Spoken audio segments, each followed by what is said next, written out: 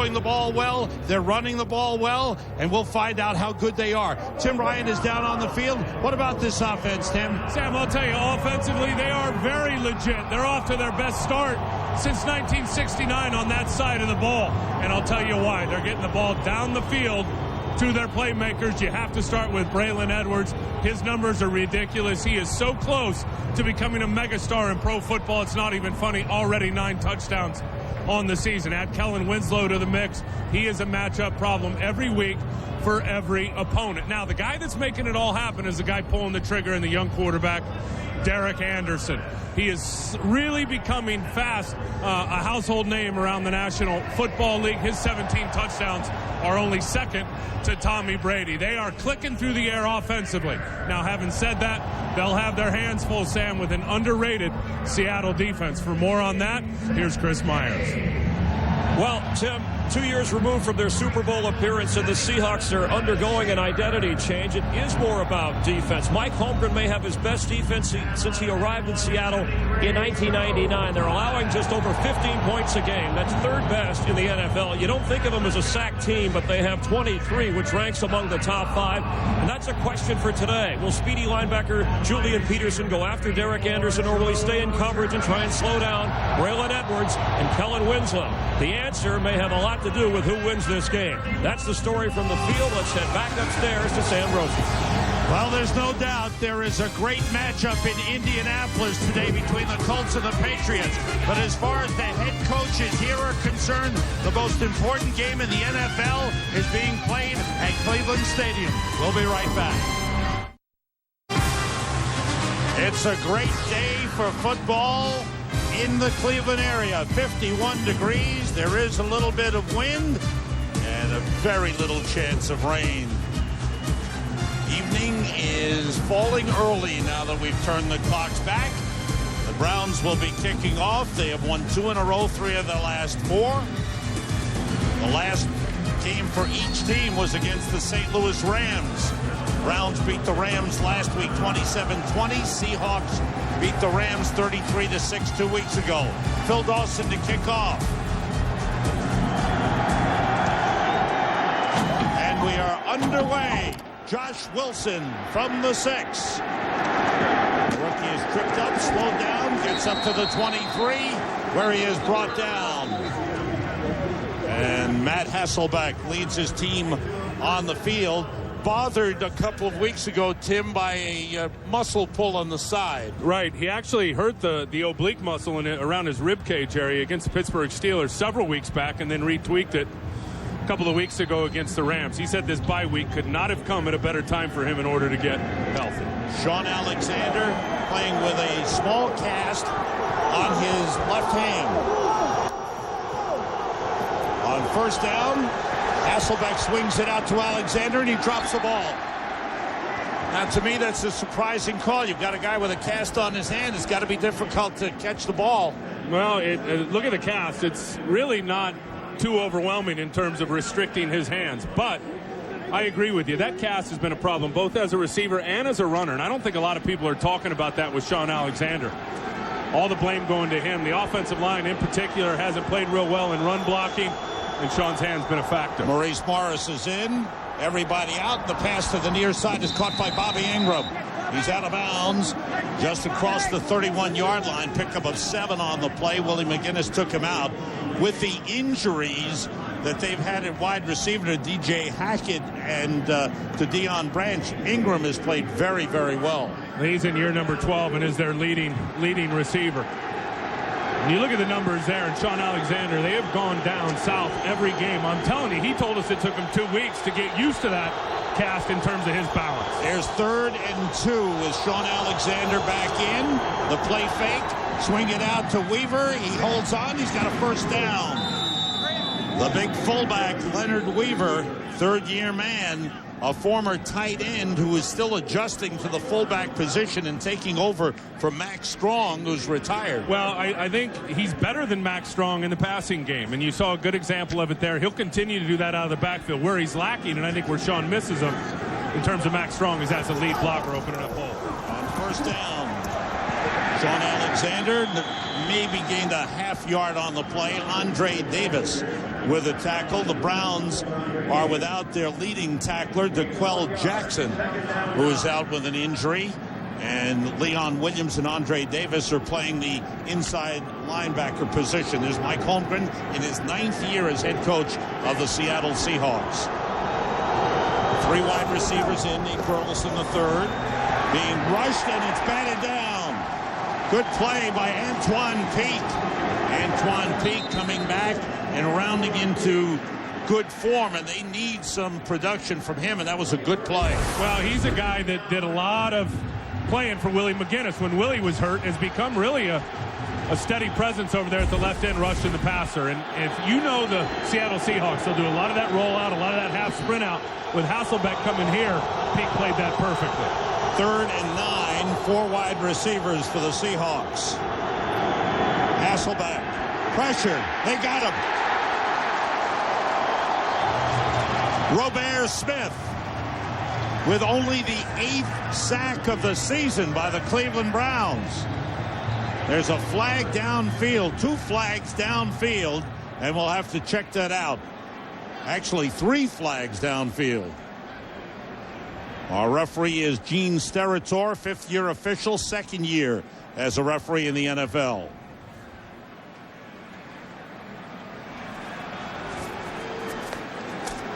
I think they had 12 guys on the field. Is that what he's calling? Mic problems, but well, that appears hard. to be the case. Listen, you think about it. 7 sacks on the season for the Cleveland Browns. That kills Romeo Crennel. 7 sacks on the season, one of the worst in the National Football League. You have a chance to come out here, get some momentum, shut Seattle down, force them to punt with a big-time sack, and you've got too many guys on the field? It's a 5-yard penalty, wow. And they'll repeat 3rd down. It's 3rd and 4. 4 wide receivers in for Seattle. Ben Obamanu, rookie, is the 4th wide receiver, along with Burleson, Hackett, and Ingram. Long count by Hasselbeck. And the pass is caught. Beautiful catch by Nate Burleson. A 1st down in Browns territory at the 49-yard line.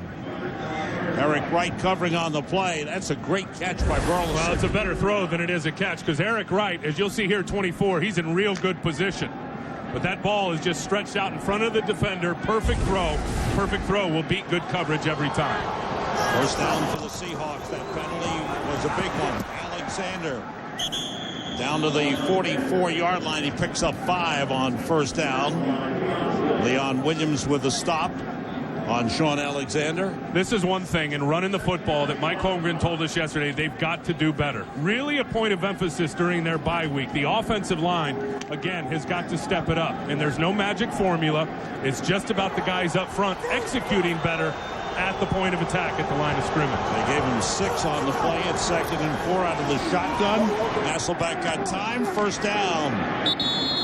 As Ben Obamanu makes the catch. 2nd-year man out of Auburn is taken out of bounds by Devin Holley, but it's a 1st down for the Seahawks down at the Browns' 36-yard line. Now, one thing, the Seahawks haven't particularly started well on the road. So if they could get a fast start here, get the Cleveland Brown fans sitting on their hands. Listen, Cleveland has been terrific at home. Since that opener, they're putting up about 40 points a game. So if Seattle can get them sitting on their hands a little bit, it'd be a good thing. Hasselbeck checks off.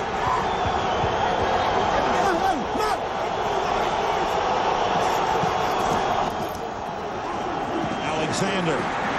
Browns stretch it out and throw him for a loss. Well played by the Cleveland defense. Leon Williams leading the way. 2nd-year linebacker out of Miami.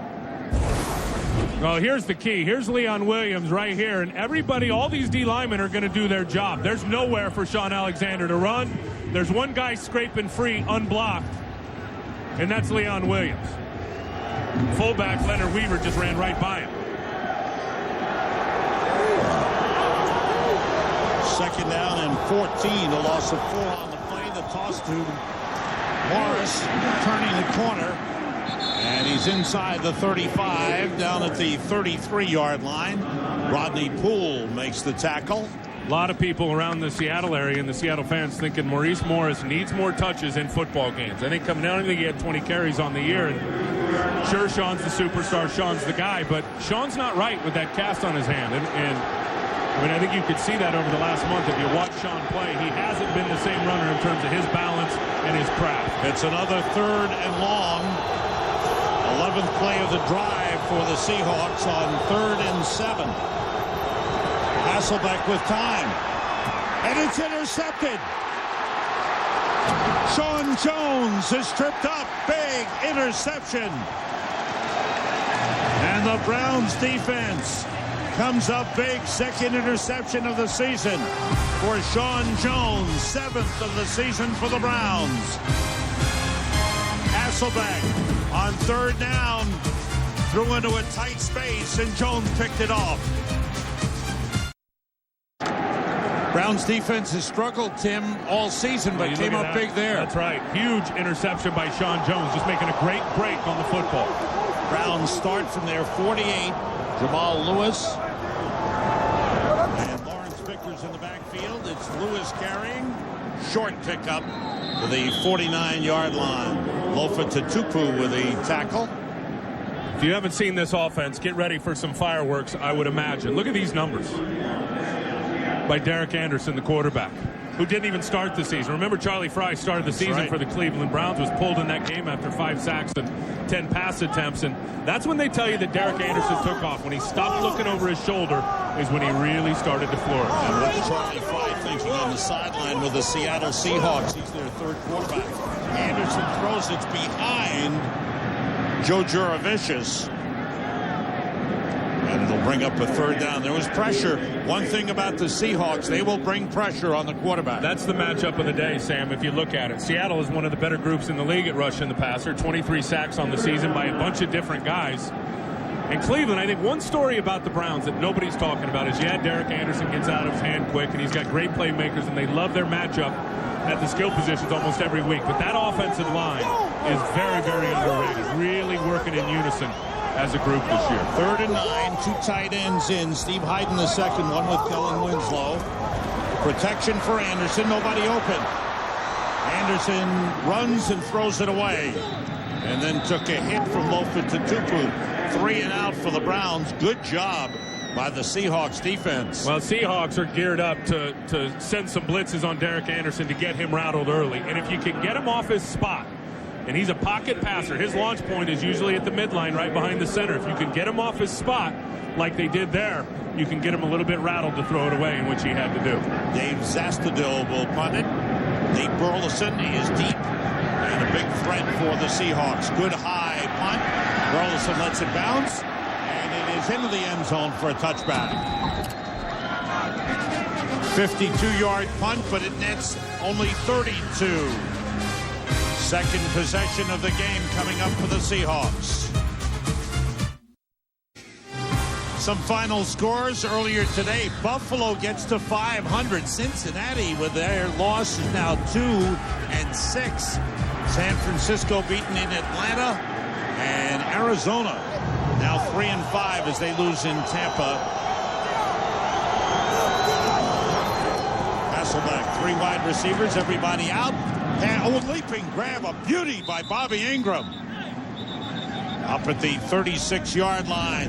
And after a little hiatus to baseball, look who's back. Chris Myers, glad to have him. And Sam, good to be back with you guys. After that last series, the coaching staff of the Seahawks telling Sean Alexander, trust your lineman, hit the hole. Alexander told me before the game, as Tim mentioned, that cast affecting him receiving passes. Said he also has to carry the ball on the right side only. It affects his stiff arming, and defenders know where to attack him and the ball. Thank you, Chris. On the offensive line, Alexander cut it back and gets up to the 39-yard line. Pick up a 3 on the play. And you can see here on this run that he has got to carry the ball in his right hand. Ball security is everything, and he just doesn't quite look balanced and comfortable. He's usually very good with a stiff arm. Doesn't even use it there. And now here's the big thing. I think when he's falling, so many times you don't want to fall on that ball in fear of injury or something else. Certainly has restricted his ability. 3 wide receivers in. Burleson, the 3rd wide receiver. Hasselbeck checking off. 2nd and 7.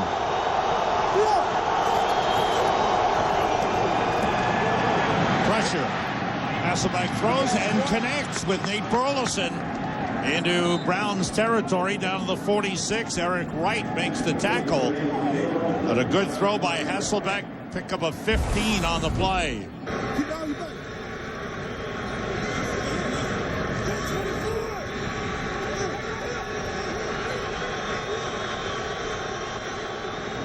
Well, he just saw something that he didn't like and checked exactly to the play he wanted to, which was Nate Burleson on a comeback route versus Eric Wright over there in man coverage. And once again, Hasselbeck changes the play at the line. Weaver and Alexander shift in the backfield. It's Alexander behind Weaver and gets across the 45. Forward progress down to the 43. Pickup of 3 on the play. A lot of onus, as I mentioned, Tim, on the offensive line for Seattle. And during the bye week, Mike Holmgren was really looking at a lot of tape, carefully examining what all those linemen were doing. I think if you watch them on tape, they're just not finishing blocks. They aren't. And here's the group. And I would say if there's anybody on the hot seat, it's probably the 2 young guys in Rob Sims and Chris Spencer. And they've got Floyd Porkchop Womack, 77, ready to tee up at the lineup if they need it. Morris in the lineup. Hasselbeck throws to Bobby Ingram. He's got a first down to the Browns 31-yard line. So the passing game is clicking. Hasselbeck has been sharp. Receivers are holding on to the ball. Sean Alexander limped off after the previous play and talking to the trainers on the sideline. Maurice Morris has replaced him. Sean, historically, has been extremely durable. Last year, a couple of injuries to deal with the foot, but overall, his career, he hadn't missed a lot of time. 2 tight ends in the play fake. Hasselbeck still has it. Throws and connects with Burleson. Down to the 5-yard line. Boy, Hasselbeck with a beautiful play fake, and he and Burleson hooking up thus far in the first quarter. Pickup of 25. And gets him on play action. Watch, he's going to fake it to Maurice Morris there, and then look at him hide the football right here on his hip. He's just going to play it cool, and then he's going to fire right into traffic with about 4 guys around Nate Burleson. Terrific throw, even a better catch in terms of knowing you got 4 guys around you that are ready to take your head off. Good stuff. Ingram in motion. The play fake. Little toss to Ingram. He's in. Touchdown. How about that play? Ingram went in motion to the left, came back, and caught that little floating pass from Matt Hasselbeck. An 80-yard drive for the Seattle Seahawks, and they take the lead.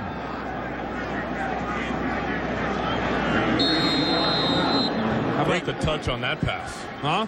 Great start to the game by Matt Hasselbeck. Josh Brown for the extra point. Right through. The passing game clicking for the Seahawks. Hasselbeck on target. Ingram, touchdown. Tim, during that drive, the Browns gave up a 25-yard pass. They've given up 31 plays of 25 yards or more, most in the NFL. Well, Matthew Hasselbeck has been terrific. Now, after they had that first sack that was nullified by a penalty, they haven't gotten a lot of pressure on him. So he's hitting his last step, identifying the defense. That last touchdown was just a super job of identifying man coverage and then sending Bobby Ingram back across against the grain. There was no way Eric Wright could get there.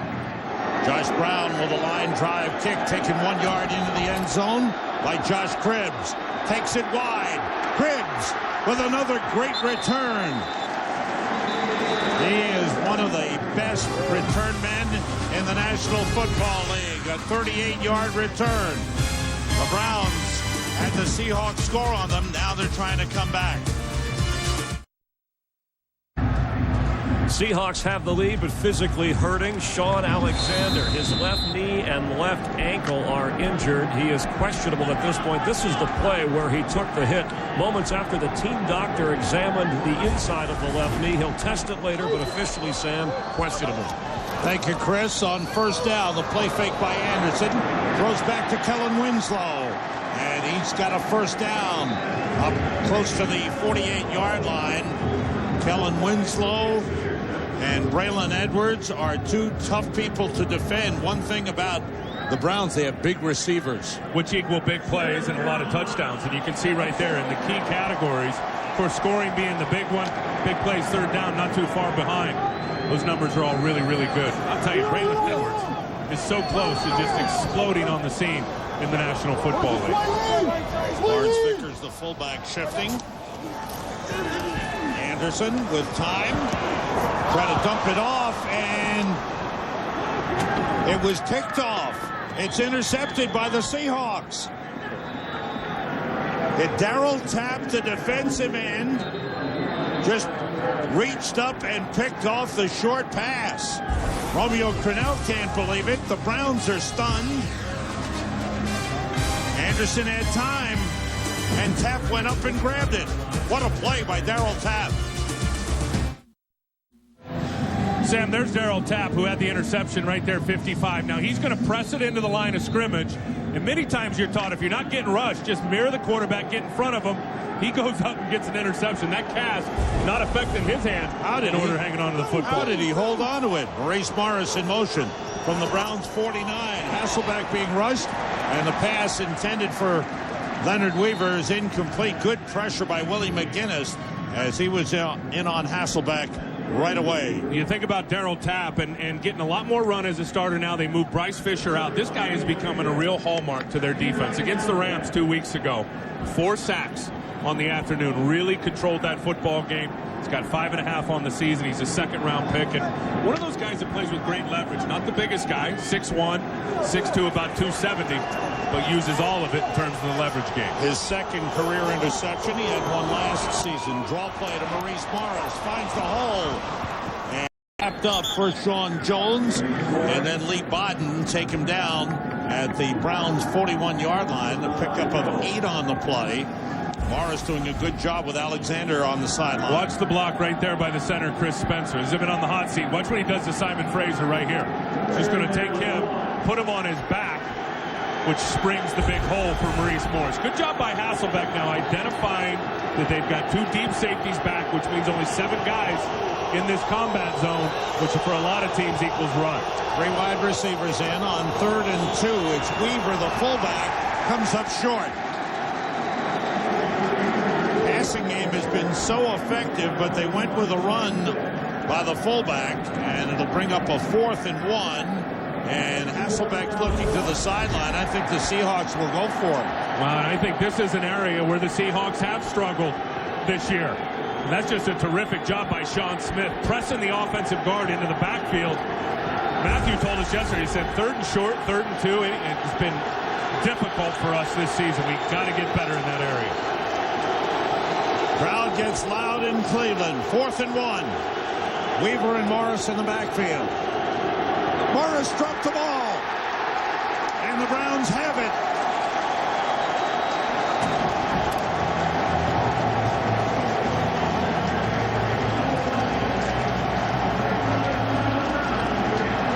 Maurice Morris never got the handle on the football on the handoff. Lee Bodden recovered the fumble, but it was Browns' ball anyway. They were coming up short right here.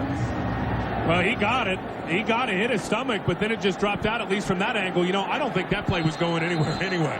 If you looked at the right side of the defensive line, and that's maybe what he saw, the penetration, that D-line for the Browns were terrific on that play. Browns start from the 43. Vickers motions. Jamal Lewis carries. Flag on the play. Pick up a 4 on the play. We'll check out the flag.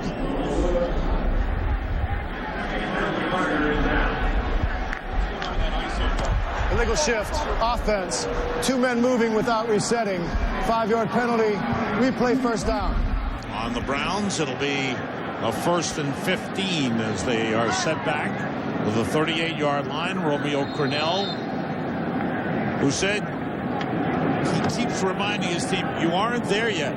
Yes, things are better. The team has won 4 games. They're 4-3, only the second time the Browns team since 1999 has been over 500, 7 games in. They still have a ways to go. Jamal Lewis picks up a yard on the play. Patrick Kearney with a tackle. Browns have had decent field position, but they haven't been able to move the ball consistently. Boy, Lawrence Vickers, who came into this game with a concussion, the fullback, is going to give Lofa Tatupu about all he can hope for all day. Here's Vickers. Watch him lead through the line and take Lofa Tatupu, one of the better linebackers in pro football. He's going to hit him there. Now watch the leg drive. Drive, right to his back. That's finishing the block. Holy cow. 2nd and 14. Vickers motions. Anderson on the slant to Braylon Edwards. Gets down the Seahawks 48-yard line. It's close to the first down line. Brandon Mebane made the tackle. Watch what Jervicius does here to open it for Braylon Edwards on the route, little route combination. Knows he's going to clear it out, but he's going to get a hit on Brian Russell at the same time. Good job by Derek Anderson, reading the blitz that came that way. Seattle dialed up a zone dog, which sent backers from that side. They dropped out one of their defensive tackles. Terrific pickup by the quarterback, Derek Anderson. The numbers have been outstanding for Braylon Edwards. Last week, he caught 8 passes for 117 yards. He's had 5 touchdown receptions the last 2 weeks, and he got enough for a first down right there. And I think in this game, they feel great about the matchup in terms of size. Seattle's got one corner in Babineau, their third corner, that goes 6 foot. The other 2 guys, Trufant, Kelly Jennings, both 5'10", 5'11". You look at Joe Jervicius, Kellen Winslow, and Braylon Edwards, all over 6'3". Craig Terrell and Ellis Wims are in at the defensive tackle position for the Seahawks. First down for the Browns at the Seattle 47-yard line. 3 wide receivers in. The play fake. Anderson goes short, and it's caught by Vickers, the fullback, out of the backfield. Knocked out of bounds at the 38-yard line. Pickup of 9 on the play. Brian Russell, who played for the Browns the last 2 years before signing with Seattle as a free agent, took Vickers out. Let me tell you what makes it all go. It's right there with Joe Thomas and his ability to pass protect. Hasn't given up a sack all year. Darryl Tapp, who we were just talking about, look at the athleticism. He makes it look easy. I think that's what people talk about with Joe Thomas, the 3rd overall pick, is the way that he's been able to transition really from week 1 of the season. He's really been good. He's an underrated athlete.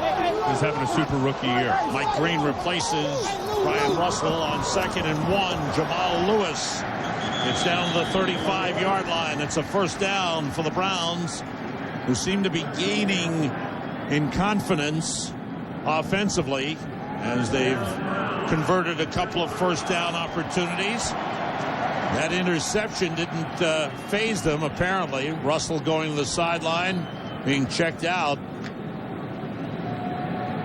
Well, you know he wants to play good in this one. Coming from Cleveland last year. Vickers, the fullback. Jamal Lewis, the running back. Jervicius in motion. Here's Lewis. Running hard. He is pushed out of bounds at the 32-yard line. He picked up 3 on the play. Jamal Lewis has been bothered by a toe injury. There's Brian Russell. Usually when you're doing that and they're testing the strength in both arms, you're talking about a pinched nerve in the neck or a stinger. They'll test your grip in both hands. They'll test your ability to push up with both arms. They'll test your ability to push down, checking all the strength to see if, in fact, that nerve has been impinged to where you don't have full strength in one of your arms. The Seattle Seahawks have gotten a good start in Cleveland. End of the first quarter, Seattle 7, the Browns nothing. Back in Cleveland, Sam Rosen, Tim Ryan, Chris Myers with you. And Cleveland is excited about their Browns, who are 4-3 and have the ball 2nd and 7 at the Seattle 32 as we start the second quarter. Anderson dumps it off to Jamal Lewis. 2 blockers. And he's down to the 22-yard line. He's got a first down. Leroy Hill made the stop. Good little screen pass with a couple of blockers.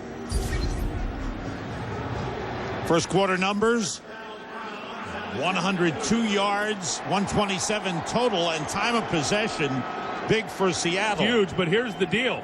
2 turnovers already for the Seattle Seahawks, who came into this game today, one of the better groups in the league. 9 total turnovers in 7 games. Tim Carter in at wide receiver for Cleveland. Anderson with time, and he throws and hooks up. He's got the completion of Braylon Edwards at the 5-yard line. Marcus Trufant covering on the play, but Braylon Edwards, that was a good throw by Anderson. I think it's a situation where the quarterback and receiver are working together, because D.A. Derek Anderson actually a little late on this throw, but he's got such good velocity and a big arm. And then his receiver helping him out by really shielding and defending and getting in the way of the football in front of Marcus Trufant. That's good stuff. That's that you-to-me factor you'll see all game long by these two guys, Derek Anderson and Braylon Edwards. 2 tight ends in, Kellen Winslow and Steve Hyden for Cleveland. First and goal at the 5. Jamal Lewis cuts in, and he's down to the 2-yard line. That was a hard tackle. Lofa Tatupu in the middle of a defense, and that should be a great matchup all day, watching he go against Jamal Lewis. And Ellis Wims got a hit in there as well. Ellis Wims on the back, on the front, and Lofa Tatupu on the back. Mostly Ellis Wims in the front, just putting his crosshairs right in the chest plate of Jamal Lewis. Wims and Frank Terrell in at the tackles. Second and goal at the 2. Gervicius in motion. Jamal Lewis. He's in. Touchdown.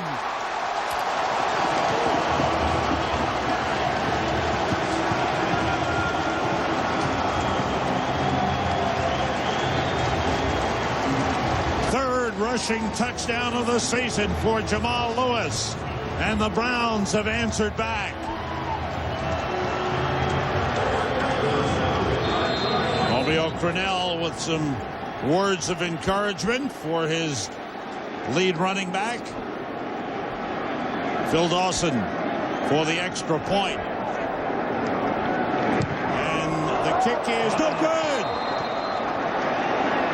The usually very reliable Phil Dawson somehow pulled that one wide to the left. Jamal Lewis scored the touchdown, but the extra point, no good. Sam, remember I told you how the O-line's working in unison? Watch Fraley and McKinney. They're going to get to the second levels here. Watch this. Not only are you going to get the D-tackle Terrell, but now they're going to get to the linebacker. They're going to let Vickers get up there inside. That's when you talk about a group working together. All the combination blocks are what the Cleveland Browns offensive line are doing best. Phil Dawson kicks off. Nate Burleson from the 8-yard line finds the wedge, and he is slowed down on a high grab and then shoved back hard. Mike Adams, number 20, and Josh Cribbs combined to stop Nate Burleson. He almost got started. There was a lane there. He saw it. Almost got his head taken off. That's right.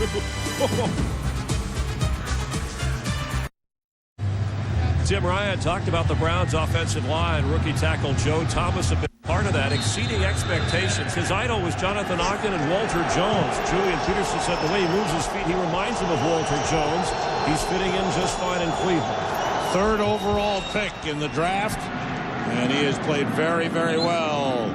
Time for an update, and for that, as always, we go to our man, Kurt Menefee. Sam, what do you think we'll talk about here? How about New England and Indianapolis? Anthony Gonzalez on 3rd and goal, separated from the football, incomplete. Colts settle for the field goal, lead it 3-0 after New England doesn't score for their first time this year on their opening possession. Sam and Tim. Thank you, Kurt. So we keep you updated on that one. Sean Alexander back in. From the 32, it's Alexander carrying, and no hole there. Clogged up well by the Browns defense. Maybe gets up to the 33. That extra point missed by Phil Dawson, his first miss in 2 years, and certainly those are the kind of points that come back to haunt you later on in the game. The Seahawks still leading 7-6. 3 wide receivers in for Seattle on 2nd and 9. Hasselbeck 9 for 13, 102 yards, 1 touchdown, 1 interception. Swings it out to Alexander, and again, through his hands. I don't like that call, Tim. I just don't like throwing the ball to the guy. He's not going to be effective in the pass game. What do you have coming into the game? 5 or 6 catches on the year? I mean, not a lot. I know he's the check down, and Hasselbeck's first choice and first read is down the field, but the man just can't catch the ball. I know, hard not to get him the football, though. That's a guy that went 5 years in a row with 15 TDs. Yeah. 4 wide receivers in. Obamano is in, Hackett is in, Burleson in, and Ingram on 3rd and 9. And it's complete to Bobby Ingram, and another first down. Boy, Ingram's having a terrific year. His 6th catch already in the game. I'll tell you, though, if they're not going to get pressure, and that time I believe they rushed 4 and dropped 7, if they're going to sit in that zone and not get pressure on Matt Hasselbeck, he's going to pick them apart. They're young at one corner with Eric Wright, Lee Bodden, a good one on the other side. The safeties have been inconsistent all year long, and this passing game for Seattle, if they get their rhythm going and you don't pressure the quarterback, hard to stop. Ingram's done a good job. They've thrown to him 8 times already in the game. 6 catches. Maurice Morris swinging wide. And a good job of stretching it out by the Browns defense. Cameron Wembley and Andre Davis combined.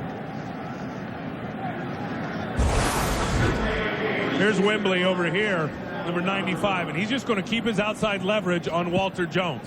He's going to keep working. Look at the size contrast. He's going to keep working, setting the edge, and not let Maurice Morris outflank him and get around the corner. That's really a nice play versus one of the better left tackles in the league. And I will expect more of that. You just saw Seattle spread them out and run the ball. Right. That may be their best success today, or options for success, to spread them out and then try to run up in the crease.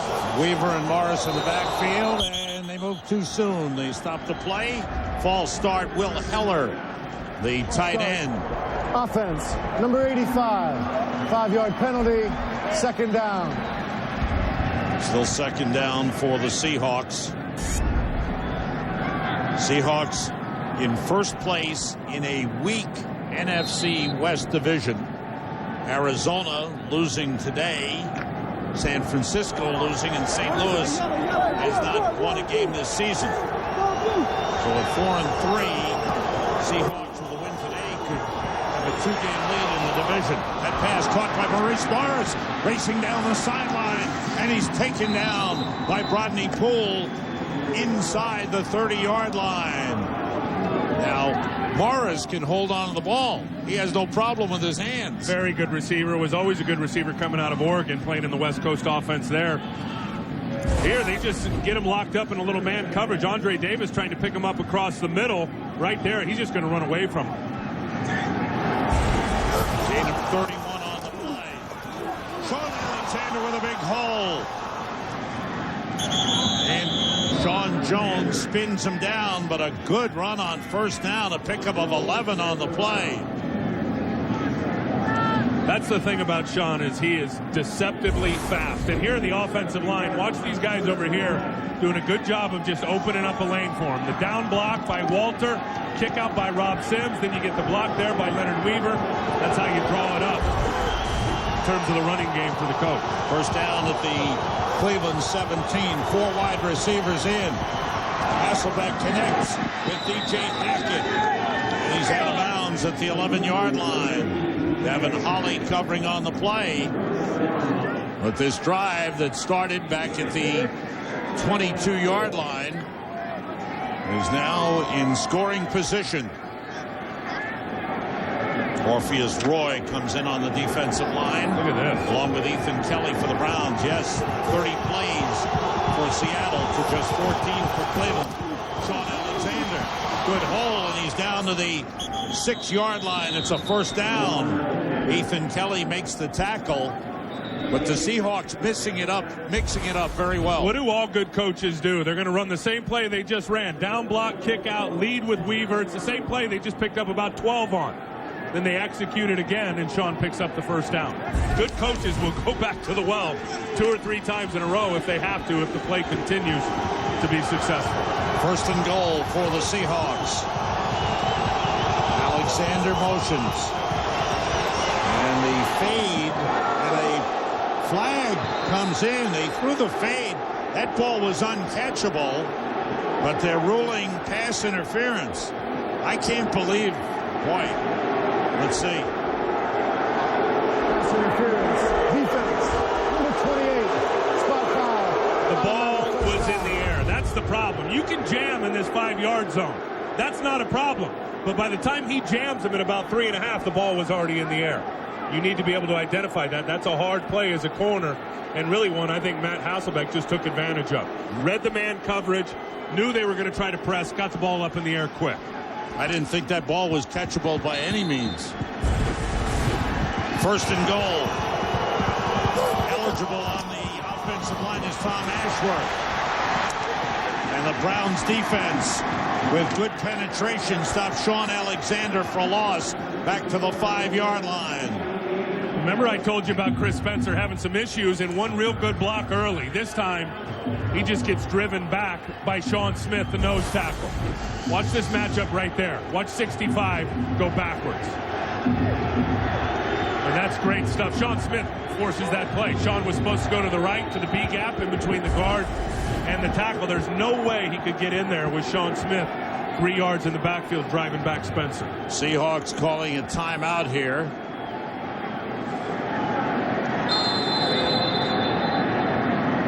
It'll be a second and goal at the Cleveland 5-yard line. The Seahawks with a lead. Want to talk it over here.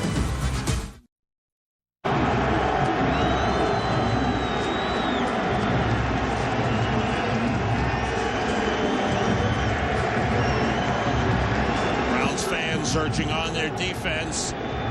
Second and goal for the Seahawks at the Cleveland 5-yard line. The Seahawks have not had a rushing touchdown in their last 5 games. Have Sean Alexander in the backfield. 2 tight ends plus a tackle eligible, Tom Ashworth. Here's Alexander. No room to run. Great job by the Browns defense. And every time the Seahawks have gone wide, the Browns have done a good job. Leonard Weaver right here is the guy that's got to get the block out here. I believe that's Sean Thompson. And there's no way he's going to get out on the edge. And Sean is not letting him get to the outside. He forces it all back in. There are 3 or 4 Browns that are playing that perfectly down the line of scrimmage. 3 wide receivers in on 3rd and goal from the 6. Burleson in motion. Hasselbeck throws. Touchdown! DJ Hackett. He beat Devin Holly on the play, but a great throw by Matt Hasselbeck. It's the passing game that is hurting the Browns. And there's that size advantage that I was talking about for Seattle and DJ Hackett. Because he's the guy, when you talk about anybody, if you're going to create a mismatch, he's the guy down on the goal line because of his size versus the smaller corner. And he's the only guy in that receiving corps that really gives them a size advantage week in and week out. He hadn't been around Sam since week 1. Josh Brown's extra point is good. A good drive by the Seahawks has given them a 14-6 lead. Seahawks get set to kick off after a 78-yard touchdown drive. Some of the key players on the kickoff coverage team: Kevin Bentley, Will Herring, Nico Kudavides, all linebackers, all with good speed and good tacklers. Now this is a great matchup today in terms of the special teams. Both have very good returners. Both teams have very good coverage units. Josh Pritz had a 38-yard return earlier. He's had at least one 30-yard return in 8 consecutive games. He starts from the 1. Got to get back, fighting off a tackle and getting up to the 28-yard line. Watch Nico Kudavides right here. We were just talking about him. He gets knocked down. You're going to see 53 right here. He's going to end up on the... Oh, wow. Now he's going to end up... Oh, he put the other guy on. That's right. Holy he knocked Charles Ali. He took Charles Ali. Oh, my goodness. He knocked him down and made the tackle. Guess that's why he leads them in special teams tackle. Round start from the 29-yard line with 2 tight ends in. Steve Knighton, one of the tight ends, motions. Anderson to Winslow. First down, up close to the 40-yard line. Let's check out what's happening down on the field. Chris Myers. Well, Sam, back on the Seahawks sideline, it was Matt Hasselbeck who said before the game, you watch, DJ Hackett will make a big difference in our offense. We've been without 2 starting receivers, our starting tight end, our starting fullback, and of course Sean Alexander has not been healthy. Hackett will be my go-to guy. He said he makes us all better, especially me. DJ Hackett caught 1 pass in game 1, suffered an ankle injury, and has missed the last 6 games. Let's find out what's happening with the Pats and the Colts. Let's go to Kurt Menefee. Sam, sometimes it's just about matchups. 6'4" Randy Moss against 5'8" Tim Jennings. Moss wins that one every time. New England scores the first touchdown of the game, and they lead at 7-3 in the second quarter. Back to Sam, Tim, and Chris. Thanks, Kurt. They're the leaders. Randy Moss now with 12 touchdown receptions. Braylon Edwards in this game has 9, third in the league. T.J. Hushmanzada of Cincinnati with 10. Anderson short drop. He hits Braylon Edwards for up to the 45-yard line. Well, you know about the bad blood between Braylon Edwards and Brian Russell from last year. If you remember, Brian Russell put a good shot on Chad Johnson when he was with the Cleveland Browns, and Braylon Edwards basically chastised him in the media. Brian Russell right here has got a shot to take on Braylon Edwards, and it only ends up being a glancing blow. Boy, was he at a beeline right on his chin, ready to take him out. And Braylon was quick to tell us that it was not a misunderstanding. Right. It wasn't a big deal, and they are fine with it. Edwards 3 catches, 40 yards. Here's 3rd and 5, and a timeout called by the Browns.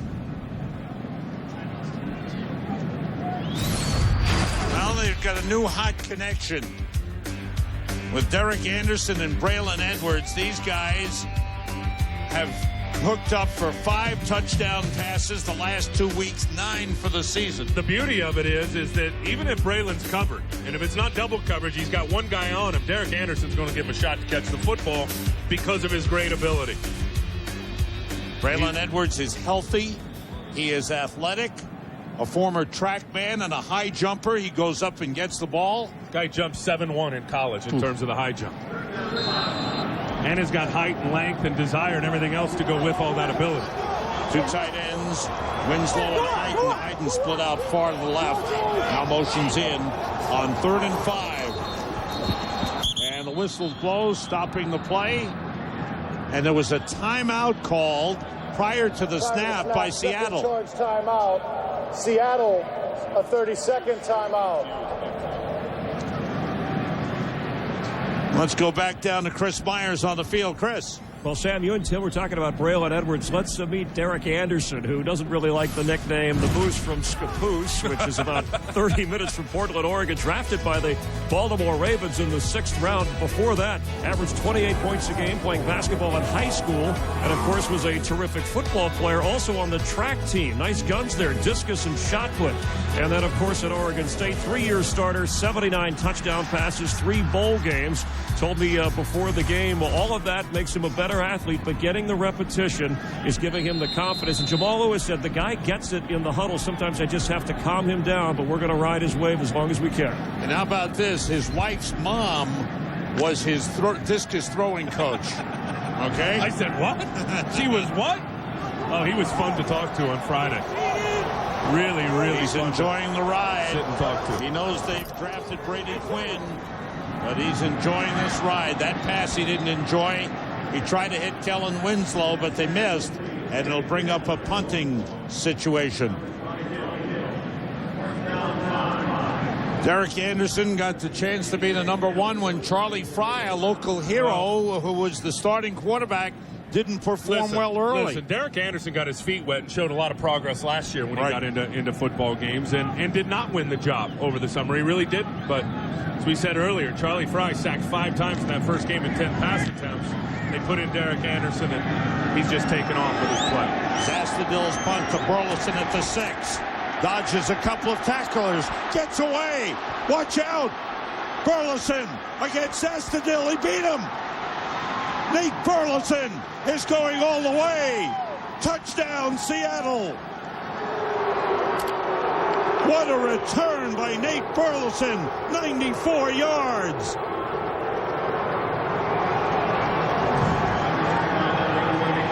Wow. Yeah, wow is right. Usually you'll put your heels right on the 10-yard line. If it goes over your head, you let it go. He fields this thing, as you said, at about the 6. Look at him in traffic. They got him stopped right there. Missed tackle 3. There's 3-4 missed tackles. And now once he's open in the open field against the kicker, forget about it. Nate Burleson's 3rd career punt return for a touchdown. And it ties the Seahawks record for their longest punt return for a touchdown. He had a kickoff return for a touchdown this season.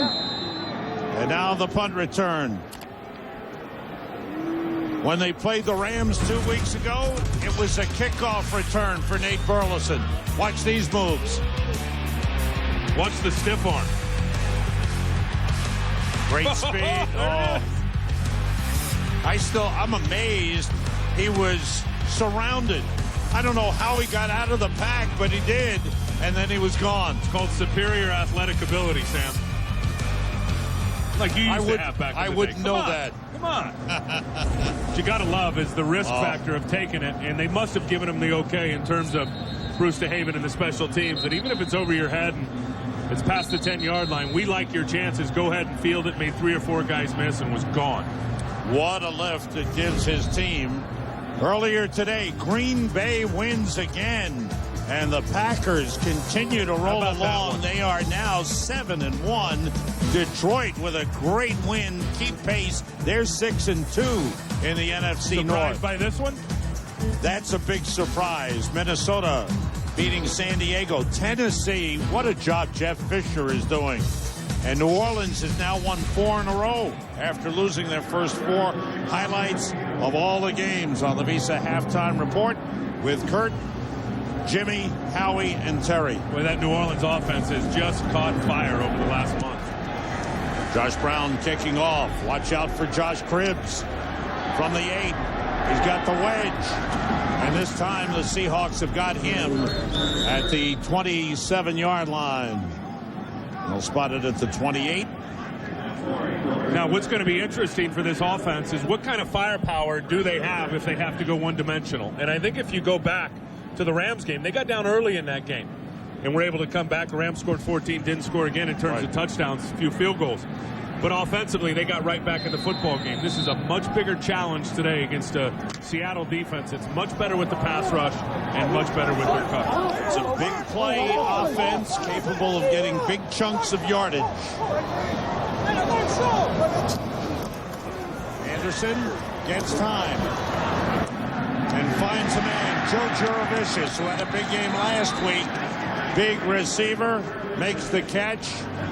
Joe had a rough personal week. His dad was in a car accident early in the week and was hospitalized. Said Pops is out of the hospital. Yeah, he's okay, and that's great news. But Joe Jurevicius, who was with Seattle, and Mike Holmgren loves the guy, just loves him. But he wanted to come back to Ohio, where he grew up in this area. This guy's had a terrific 10-year career. He's a Super Bowl champion with the Tampa Bay Bucks, and third down in particular this year is where he's done most of his damage. Ryan Tucker in at right tackle for the Browns. Replacing Kevin Schaefer, the play fake. Anderson with time. And he's got a man wide open, and Braylon Edwards dropped the ball. Oh, right in his hands. Oh, boy.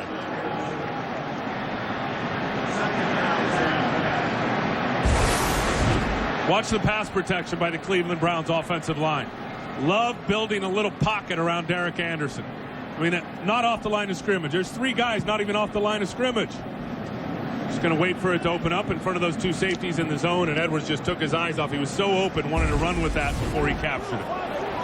At the 46-yard line, 2nd and 10 for the Browns. Anderson going deep. And he overthrows Tim Carter, who is covered by Marcus Trufant on the play. Bring up a 3rd and 10. Had a look at Romeo Crennel Things have started to take a turn for the better for the Cleveland Browns. How many guys told us at 4-3, and listen, we haven't done a lot yet, but they're so happy for Romeo's sake. Almost every player we talk to is extremely proud and have rallied around their head coach, Romeo Crennel. Working out of the shotgun on 3rd and 10. Anderson with time. Intended for Braylon Edwards. That was not thrown well. A little behind him. Marcus Trufant was covering Braylon Edwards on the play. So the big drop by Braylon Edwards hurts the drive. Well, it does. And I told you, this is going to be a big challenge for these guys for the rest of the football game. You think of their wins. And a couple of the offense they've gone against recently. Think of Miami. They haven't won a game. The St. Louis Rams, they haven't won a game. Defensively, not playing well. Seattle's a good defense. Dave Zastudil punting to Nate Burleson. A wobbly kick. Bounces down and rolls to a stop at the 18-yard line. Seattle Seahawks take possession with a 21-6 lead.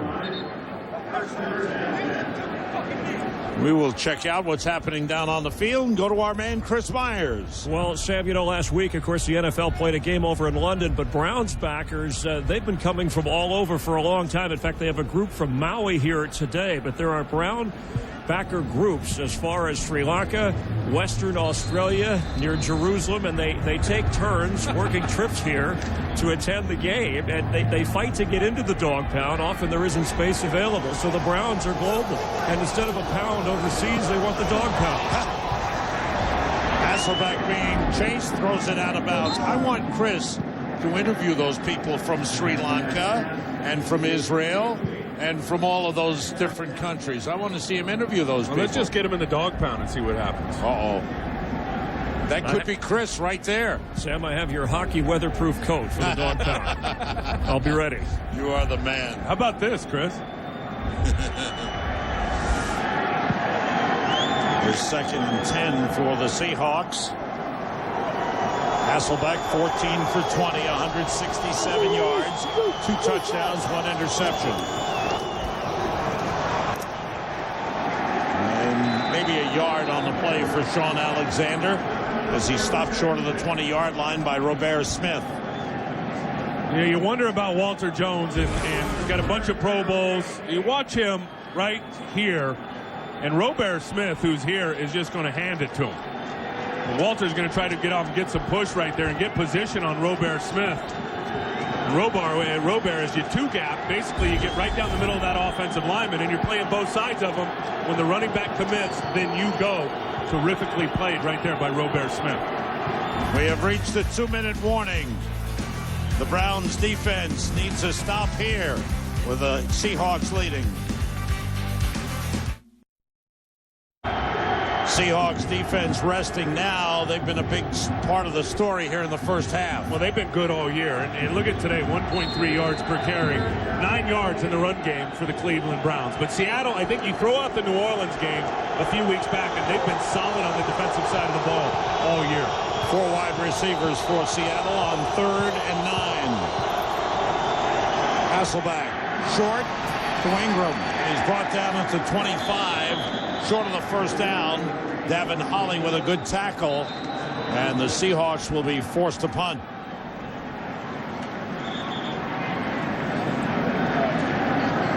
Bobby Ingram with his 7th catch of the game, but upset that he didn't get the first down. He needed a couple of more yards.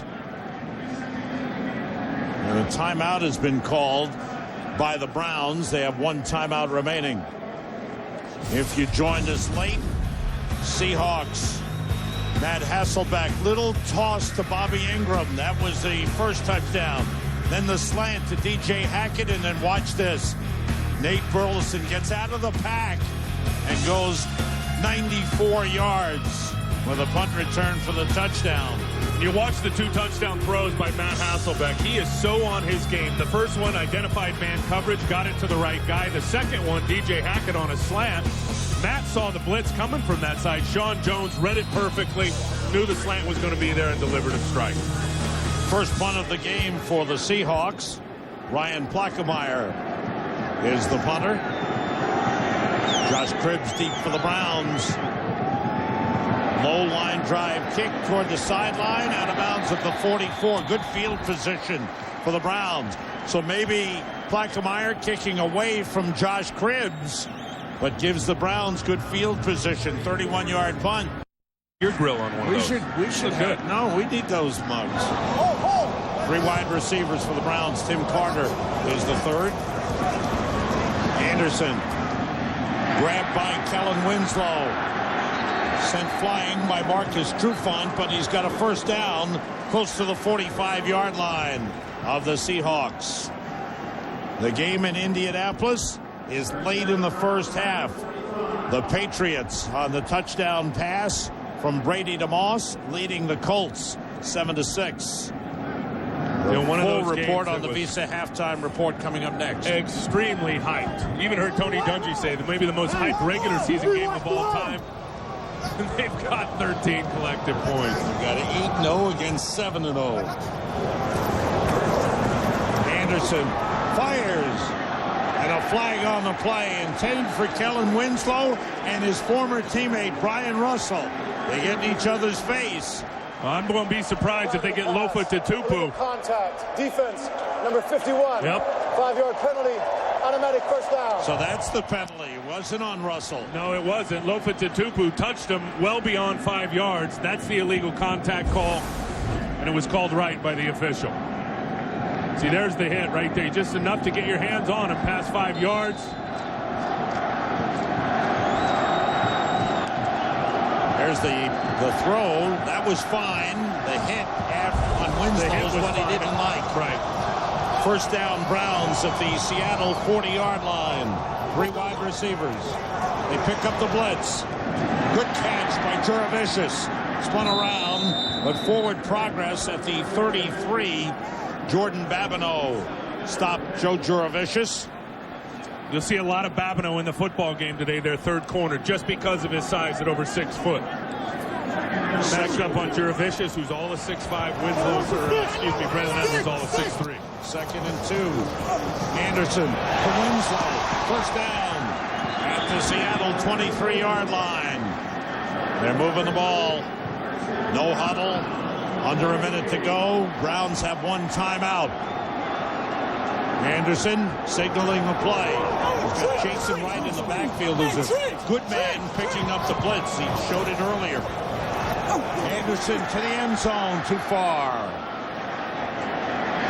Braylon Edwards was the man going deep, but that was well covered, and it was almost thrown away by Derek Anderson. Bring up a 2nd and 10 at the Seattle 23. This is big for the Browns. They need points. They really could use the touchdown here. He scored a touchdown earlier. The extra point was missed by Phil Dawson.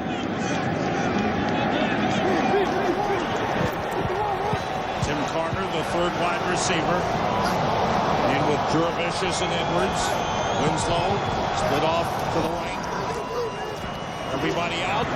Pass to Juravicius. He holds on at the 2-yard line. What a catch. Deion Grant with a big hit on Joe Juravicius, who holds on. A 21-yard pickup. What a catch, what a throw. Everybody just going down the field, and Juravicius is going to slip right between a couple of defenders. Look at him just wait a little bit for Kellen to get deeper. I don't know if Joe was expecting that pass. I think Kellen Winslow was the primary. He was the secondary. What a throw by Derek Anderson. How about that concentration? You don't even know you turn your head the last second, there it is, and you hold on to it, and it wasn't in a great spot to be able to catch it when you didn't see it coming. 32 seconds remaining. The Browns are out of timeouts. And you know what's wild? Every pregame, every game I've ever done where Joe Juravicius is on the field, he stands and then he'll flip and turn, and the ball. That's a drill that he works on pregame every game.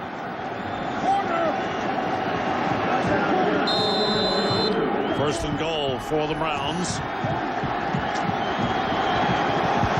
wide receivers plus Kellen Winslow. Jason Wright in the backfield.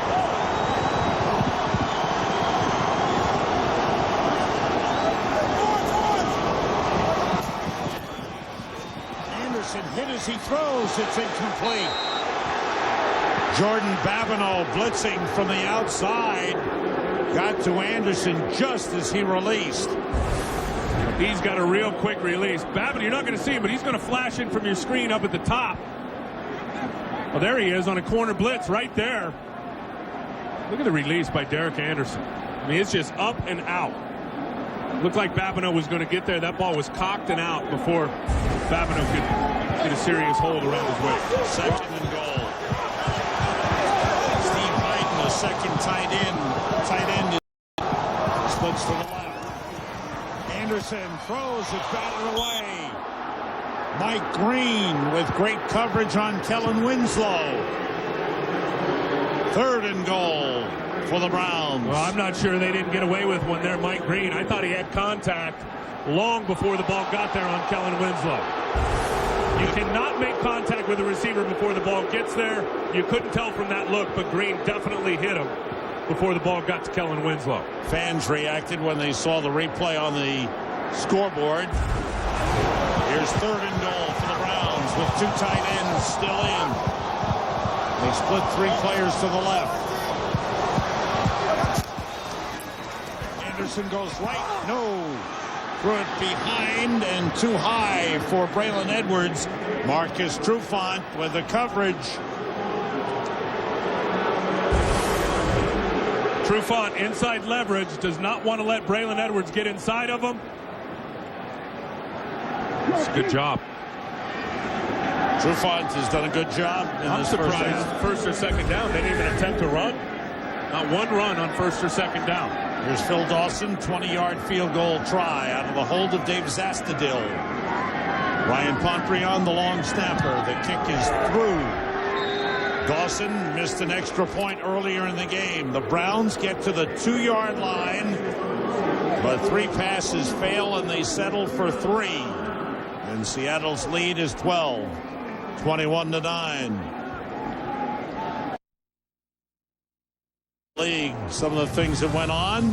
Wow, Drew Brees, 35 for 49 against Jacksonville, and the Saints have won 4 in a row. Brett Favre, another masterful performance as Green Bay wins in Kansas City, 33-22, and John Kitna leading Detroit to their win, 44-7 over Denver.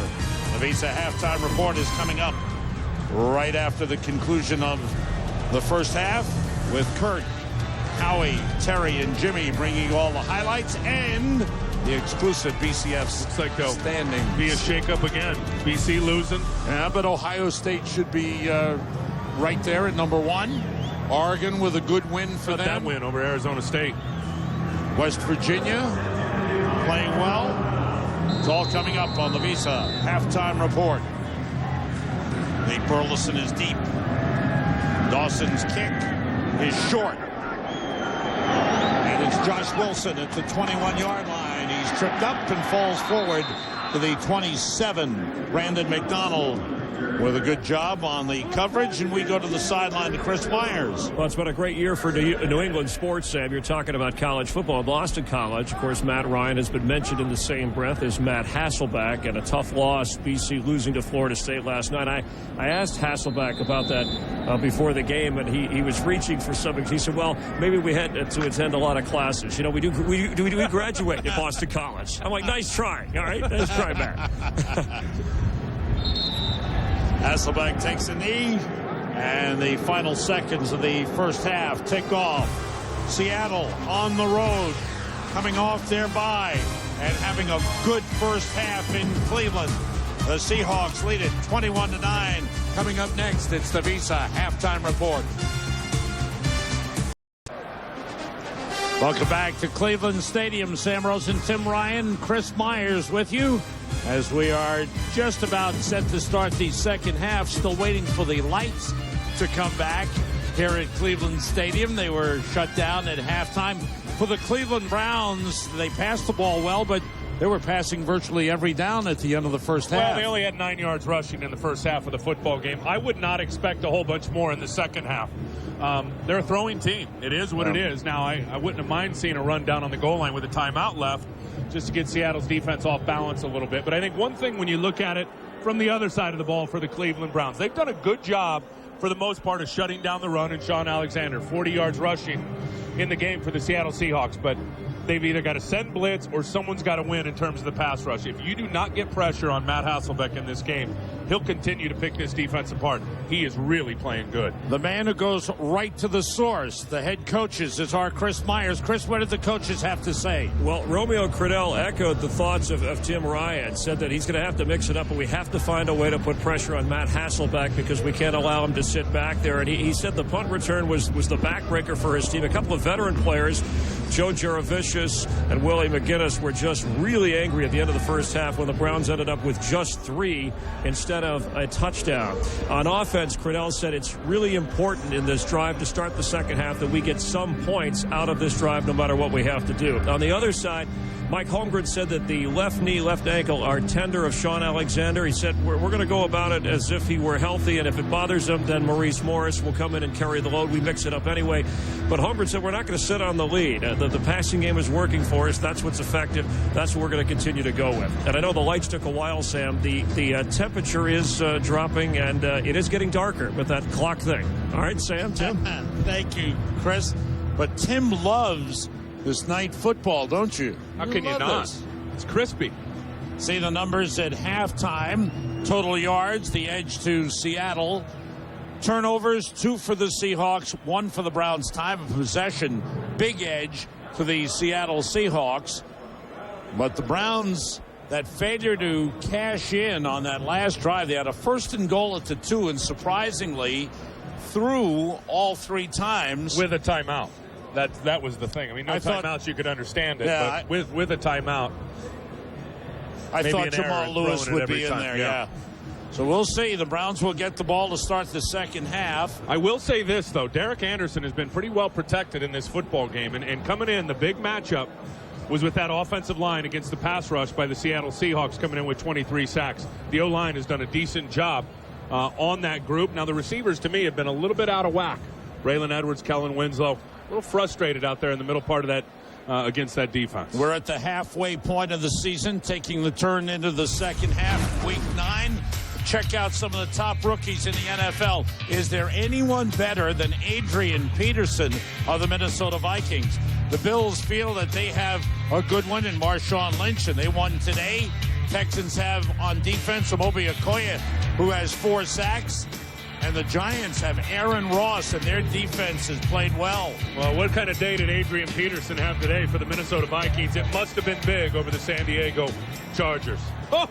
296 rushing, and you know who was on the other side was LT, LaDainian Tomlinson. Right. And a nice day by Marshawn Lynch, too, there. Yes. There's no question.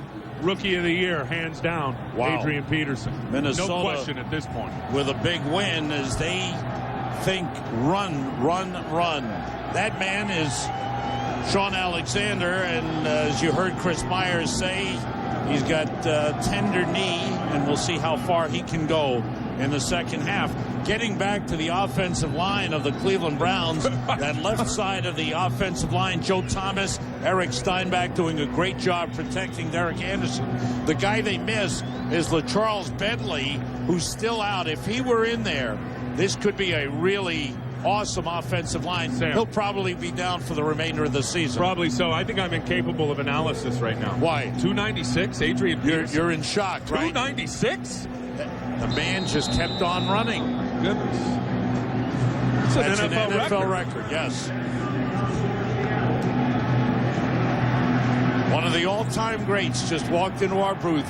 The great quarterback, Bernie Kosar. Josh Brown kicks off. Josh Cribbs on the return. And they got him and bring him down as Kudavides, again, the man who leads in special teams tackles. And Cribbs is down just across the 31-yard line. There's Bernie. What's up, bro? The new owner of the arena football team. It's great to see you, buddy. Thank you. We don't have the microphone for Bernie because if we gave it to him, he wouldn't stop talking. We'd never get it back. I'll bet he wouldn't throw a check down. Straight ahead goes Jamal Lewis for a couple of yards. Lofa Tutupu on the tackle. Boy, Tutupu has developed into a top middle linebacker in this league. He's really solidified the middle linebacker spot for the Seattle Seahawks. This is year 3 for him. He's got 2 Pro Bowls already under his belt. No false steps, prepares, really it plays like a 10-year pro already. 2nd and 9. Heighten the tight end in motion. Anderson pressure, swings it out. Jamal Lewis hurdles one man and pushes forward with some power up to the 48-yard line. It's a first down. Julian Peterson met him head on, and Jamal Lewis got the better of that collision. How about the nimble feet for the 250-pounder with a toe injury? It didn't look like anything was wrong there, just tiptoeing and then hurdling, jumping over the top of Kelly Jennings. First of all, it's a terrific low catch, but now watch the footwork, right? Right over the top. It puts a hit on Julian Peterson and ejected him backwards 2 yards.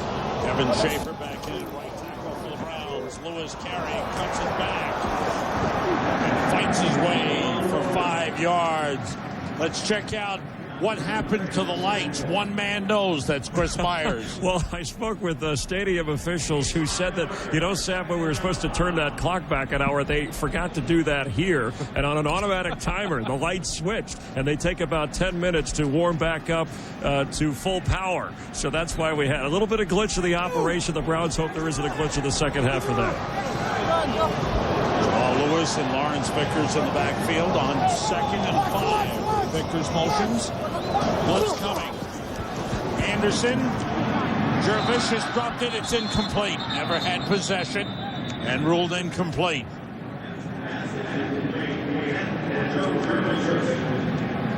Seattle putting pressure on. Peterson was blitzing on the play. Well, that's what I talked about earlier, getting him off his spot. And there he actually threw a good strike to Joe Jervicius and couldn't hang on with Kelly Jennings coming and making the hit. But that's what they want to do to Derek Anderson, a pocket passer. Get him moving off the midline a little bit where maybe his timing gets a little bit screwed up.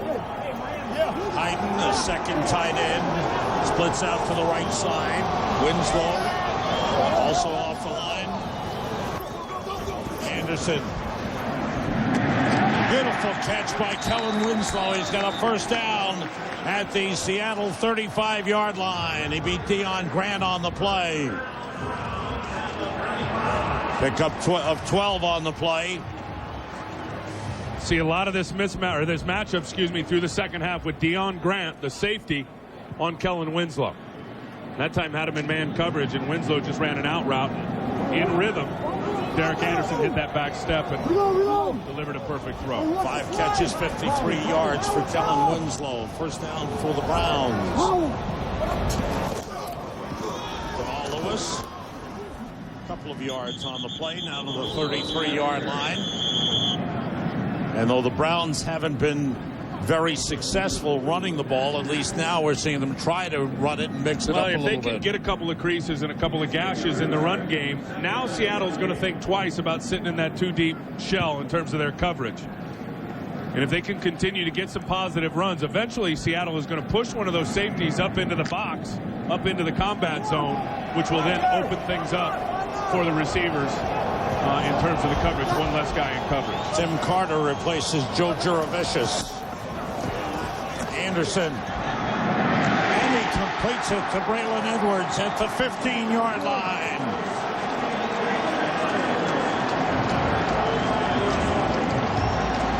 Edwards is his favorite receiver. Great job by the offensive line there, just picking up the blitz. And then the throw from Derek Anderson. Look at the height. Braylon Edwards just go up and get that football. But it all started, Sam, with that O-line and their ability to pick up what looked like a 6-man pressure from up here in terms of the blitz call. Picked up 19 on the play. First down Browns at the Seattle 15-yard line. Important drive for Cleveland. Winslow in motion. Anderson, plenty of time. Out to Lawrence Vickers. And rolls down to the 7-yard line. He picked up 8 on the play. Marcus Trufant made the tackle. When you've got guys like Braylon Edwards and then Kellen Winslow will be coming behind him, he's just going to get here and he's going to take a bunch of defenders with him. There, look at the defender there. Everybody getting back. Kellen Winslow coming over in the area at the same time. Both of those guys are such threats and such weapons that whatever route they're running deep, they're going to carry defenders, which opened it up big time underneath for Vickers. 2 tight ends in. Braylon Edwards, the wide out. 2nd and 2. Jamal Lewis trying to pick his way into the hole, and it closed up. He got a yard down to the 6-yard line. It'll bring up a 3rd and 1. Leroy Hill with a stop as Mike Holmgren looks on. Across the way, Romeo Crennel checks out the time and checks out his players on a very important drive. Jason Wright in the backfield for the Browns. 3rd and 1. Hayden motions. And the pass incomplete. Flag on the play. Kellen Winslow wanted the flag. It's interference on Brian Russell, who was covering. It's the same play they ran earlier, right before half. Defense, number 25, spot foul, automatic first down. It's the exact play they ran, taking Kellen Winslow right to the goal line and having him turn around. Ball is in the air. There's contact. Easy call by the back judge. But it happened, that same play happened on the goal line right before half, but the Cleveland Browns did not get the call when there was contact before the ball got there. Kevin Schaefer has moved over on the left side and is eligible. Jamal Lewis, and he is stuck to the goal line, just short. Hard hit on the play by Leroy Hill. Listen to this, Sam.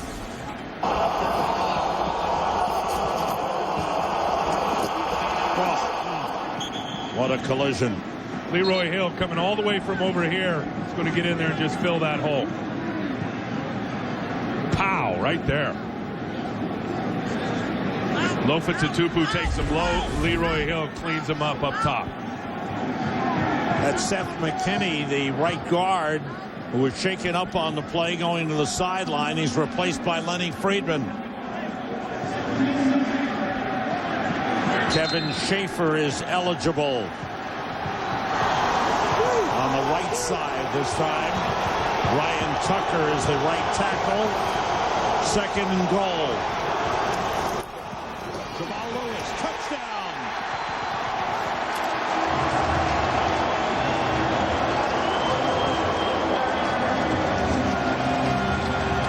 Good blocking up front, led by the center, Hank Fraley.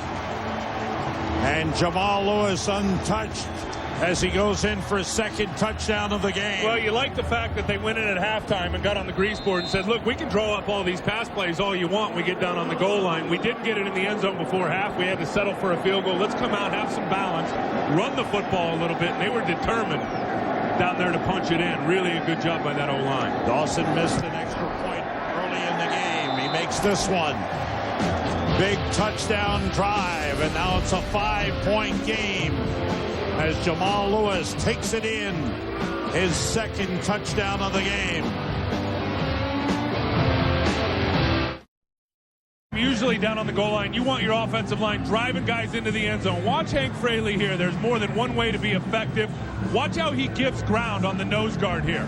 Going to give ground, then going to wheel on him right there, which opens up that big running lane for Jamal Lewis. That is a veteran move by Hank Fraley. Knowing that guy is so low in that root hog or die mentality, he just gave ground, wheeled on him, opened the crease for the running back. Phil Dawson kicks it off, and it's out of bounds. They kicked away from Nate Burleson, and the Seahawks will get the ball at the 40-yard line. Seahawks, good field position as they get the ball for the first time in the 2nd half. Browns try to create a winning mentality. They've brought in some winners onto this team. Well, and these guys are keeping everybody grounded at 4-3. A lot of the players, hey, we're 4-3, we're rolling. These guys have all been to Super Bowls. They all know the determination and the marathon of an NFL season, and they keep it. Even Braylon Edwards told us, You know, the old fellas, Hank Fraley, Willie McGinnis, Joe Jurevicius, they're looking at saying, fellas, we haven't done anything yet. Right. We've got to focus and prepare every day to get to where we want to be. Hasselbeck throwing on first down, completing to Nate Burleson into Browns territory down to the 48-yard line. He picked up 12 on the play. Maurice Morris was on the field. Now Sean Alexander comes back in. 4 catches in the game by Nate Burleson. And if you think about those veterans, really they're just an extension of Romeo Crennel, the head coach, and what he wants and what he desires for his football team. Look, Romeo's got a few Super Bowl rings too, Sam. 3 wide receivers. Sean Alexander carrying, pushing the pile down to the 42-yard line. Yeah, you're right about Romeo. With the Giants and with the New England Patriots, he was a very, very important assistant coach. No, he gets it. He knows what it takes. He knows the commitment and how long the commitment needs to be. You get a lot of young teams that haven't been there, and they start to think, let's read the press clippings. We're pretty good with it. No, let's stay grounded in Cleveland is the message from Romeo Crennel. Hasselbeck. Nice move by Bobby Ingram as he's got a first down to the 36-yard line. Big game for Bobby Ingram. 8 catches now. 74 yards. And he's been an important receiver. Bobby Ingram in his 12th year. This is just classic West Coast offense being dialed up by Mike Holmgren. And this is for our director, Rich Russo. He's out of Penn State. Maurice Morris spins inside the 35 to the 33. So Maurice Morris getting a lot of the playing time here. Is Sean Alexander obviously not 100%.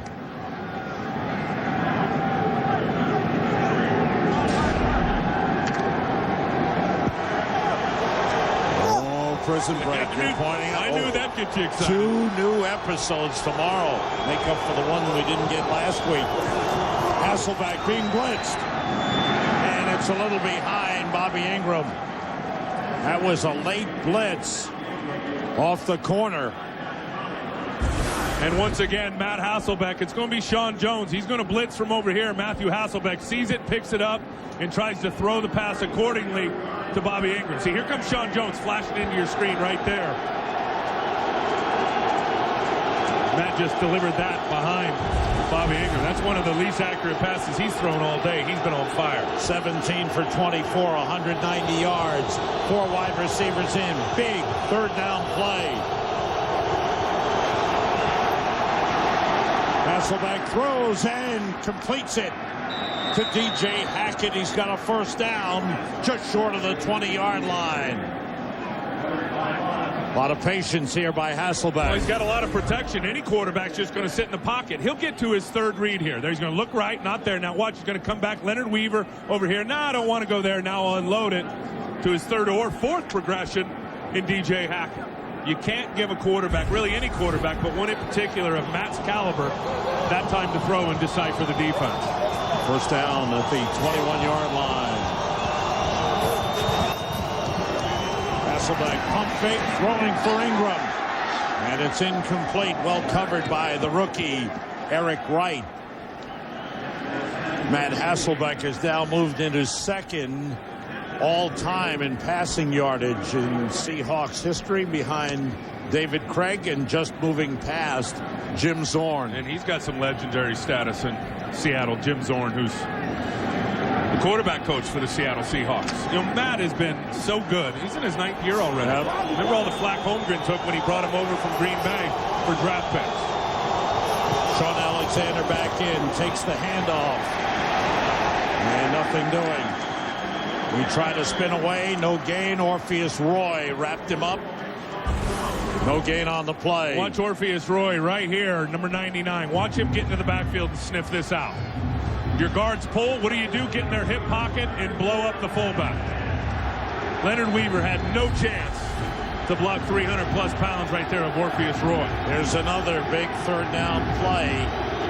Sean Alexander today, 13 carries, 30 yards. 3rd and 10. Timeout. Hasselbeck didn't like what he saw, steps back, calls a timeout. There's still a 3rd and 10 coming up.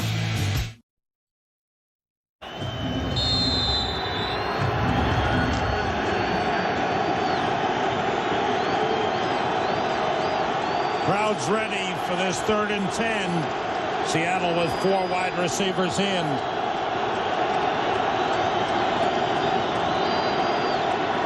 Hasselbeck to the end zone, too high. Intended for DJ Hackett. And overthrown. Eric Wright and Brodney Poole had him covered. And the Seahawks will bring in the field goal kicking unit. And that's just a bad throw. They're in zone coverage. They're showing blitz here. Everybody bails out. And he's got the look that he wants. DJ Hackett right in that soft spot between the corner and the safety. Thrown a little bit late and a little too long. Inaccurate by Matt Hasselbeck. 39-yard field goal try. The holder is Ryan Plackemeier. Boone Stutz is the long snapper. Josh Brown puts it right through. Beautiful kick by Josh Brown. The Seahawks put 3 on the board and now have an 8-point lead, 24-16. Fox next week, doubleheader week. Early games include Vikings and Packers, Eagles and Redskins. And later on, Cowboys and Giants, Lions and Cardinals. It all begins with a Ford Tough Fox NFL Sunday pregame show, noon Eastern, 9 Pacific. Josh Cribbs on the return. He broke 1 tackle, and boy, he's not a big man, but he carries people, and that return is to the 35-yard line. 34-yard return. It's an 8-point game. The players on the field get all the credit offensively for the Browns and what they've done. But I'm telling you, this guy right here, Rob Chudzinski, the offensive coordinator, who was here before and then went over to San Diego, now back as the offensive coordinator, has really dialed up and installed an outstanding offense, getting the ball down the field that is perfect for the talent of the players on this roster. And where did he learn it? He played for Jimmy Johnson at Miami. And for Dennis Erickson as well. On first down, play fake, Anderson being rushed, throws it away. Time for an update and some talk about Adrian Peterson's day. Let's go to Kurt Menefee. Yeah, a little NFL history in case you missed it. The rookie with 296 rushing yards, a single-game record in the big win over San Diego. Of course, the old record was 295, set by Jamal Lewis when he was with Baltimore against the Cleveland Browns, who he is now with. Sam? It all ties together, Kurt. It all goes together. There's Jamal Lewis, 2nd and 10 for the Browns. And Jamal carries. He gets about 5 up to the 40-yard line. Just astounding number by Adrian Peterson. Jamal Lewis, the man who had the record before. Look who this is. That's the left tackle, Joe Thomas, who they'll put on the right side, really as an edge blocker. He's over there next to Big Schaefer, and then look what he does right there to Ellis Wims. He just gets him on roller skates going sideways, which opens up a nice little crease. You'll see him do that from time to time in the game to get a heavier run side with Joe Thomas over there on the right. 3 wide receivers in for the Browns. It's 3rd and 5. Anderson pressured, and that pass is incomplete. Intended for Kellen Winslow. Leroy Hill was covering on the play and broke it up. It's another terrific throw by Derek Anderson. There's Winslow here. There's Hill, who's going to cover him, the linebacker. Once Kellen Winslow get out, he's going to turn and stop. It just looked like Leroy Hill got his right hand in there and batted it out. Now, if you're Winslow, what you want to do, the coaching critique there, is put the brakes on, come back to the football so the defender doesn't have a chance to reach around and bat it out. So the Browns, who had 2 consecutive long drives, one to end the first half, one to start the second half, go 3 and out. Here, Nate Burleson is brought down before he could get started. As we reach the midway point of the season and head into the second half, some of the top coaching jobs of the year. Hey, Spygate, throw it out. Bill Belichick in New England, 8-0 going into play today. Tony Dungy and Indianapolis 7-0 going into play today against New England. Mike McCarthy in Green Bay 7-1 now, and Rod Marinelli in Detroit 6-2. Gotta love it. Gotta love it. And I'll tell you something, his picture's not up there, but Romeo Crennel's got to be in consideration. They're only 4-3, but think about how this season started with the schedule and the way it laid out. All the media people had him fired by now, if you think about it. Romeo's team has really responded for him. I have another one, Jeff Fisher. Good Tennessee, 6-2. Not bad. Not bad, 6-2. Hasselbeck almost intercepted. He was trying to hit Bobby Ingram. Ingram turned late on the play, and then Rodney Poole came up. It's clear they're trying to hit that cover 2 defense. You see the 2 deep safeties right down the seams. And again, I think we've seen that ball was tipped a little bit, almost picked there by Rodney Poole. But the last 4 or 5 passes from Matthew Hasselbeck, Sam, have been off target. He has lost his rhythm here in the latter half of the third quarter. Andre Davis, the linebacker, tipped that pass. 2nd and 10, Seahawks. At the 122, Maurice Morris. Nice run. A hard run across the 30 to the 31. He picked up 9 on the play. Let's go down to Chris Myers along the sideline. Chris. Well, Sam, Tim was talking about Matt Hasselbeck's throws, that strained oblique on the right side. Now, he tried acupuncture during the week. He said that they have to apply heat and even some electric stimulant in the second half of a game. Playing in pain is part of the process, but it may be affecting him the way he's throwing, especially with Sean Alexander not entirely healthy and available in the lineup. Thanks, Chris. Here is 3rd and about 1.5 yards. Morris in the backfield. Hasselbeck. Incomplete. Again, nowhere near the intended receiver. Will Heller, the tight end. And it's only speculation, but you wonder if going in at halftime and that muscle has a chance to tighten up and sitting and kind of resting and getting cold, if that's affected Matt Hasselbeck coming out here and his ability to throw accurately in the third quarter. Second punt of the game for Ryan Plackemeyer. Josh Cribbs standing at his own 25 for the Browns.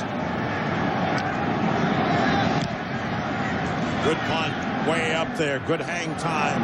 Cribbs gets outside, and he falls forward across the 45. Nice return by Josh Cribbs. Gives Cleveland good field position. 19-yard return of the punt. Performances today, Marcus Colston as New Orleans made it 4 wins in a row, 10 catches, 159. Lee Evans in Buffalo, 9 catches for 165 and a touchdown. And the great Tony Gonzalez, 10 catches in a losing effort. From the 46, Jamal Lewis gets a yard, up to the 48-yard line. Lofa Tutupu on the tackle for Seattle. So now the Browns in good field position, down by 8, with a chance to change the momentum of this game. Still open. I love the way that they're running the football. Did not think they would do that in the second half of this game, and they are committed to at least taking some pressure off of that offensive line and trying to force that extra safety up in the box, which is going to open up the coverage for the big play. Ryan Tucker rotates in at right tackle. Kevin Schaefer is out. Anderson steps up. Incomplete. Little wide and a little low, intended for Kellen Winslow. Deion Grant covered on the play. The numbers for Matt Hasselbeck. And this was early. This interception was early, and then he got red hot after that. Was picking up all the blitzes, identifying everything, throwing perfect passes, and then went in at halftime and came out and just hasn't been able to thread the needle like he did in the first 2 quarters.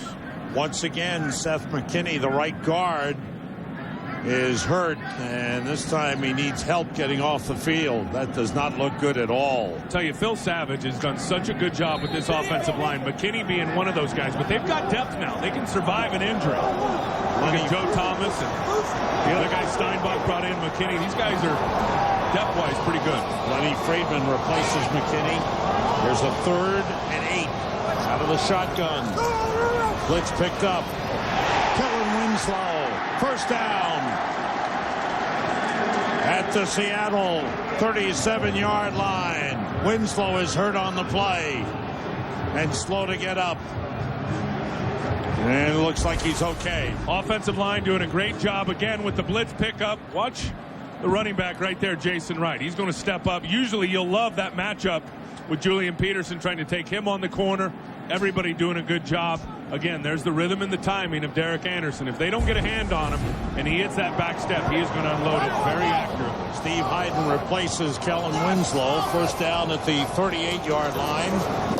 Jamal Lewis fighting his way down to the 35-yard line. That's a hard 3 yards. Man, the Browns have had trouble running the football. They've carried 16 times for only 29 yards. Winslow being checked out by the training staff.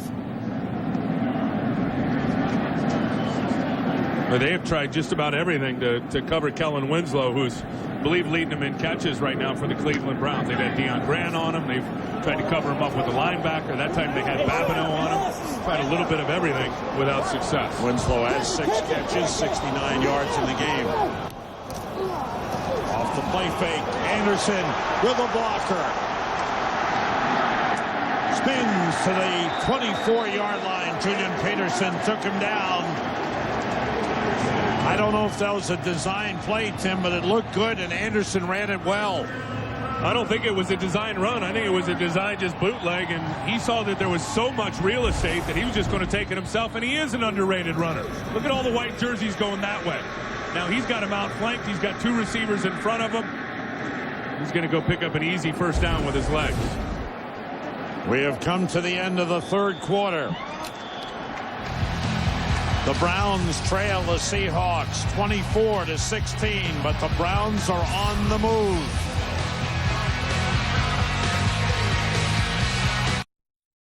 A great night for football here in Cleveland. Glad you're with us. Sam Rosen, Tim Ryan, Chris Myers as we start the fourth quarter. The Browns driving, trailing by 8 points. And this crowd's cranked up. I don't care what you say. You can say Cleveland's doing great, the Indians, the basketball team, the Cavs. When the football team is rolling, there's no question this is a Browns town. Kellen Winslow back in. Motions on first down. Anderson. Going to Winslow. He dropped it. Off his hand. Mike Green and Deion Grant were covering. The pass maybe a little too far for Kellen Winslow. The idea is to try to get a jam on Kellen Winslow. So Julian Peterson going to try to get a little shot on him here. Not enough to reroute him. Watch him hit that corner route. Wide open.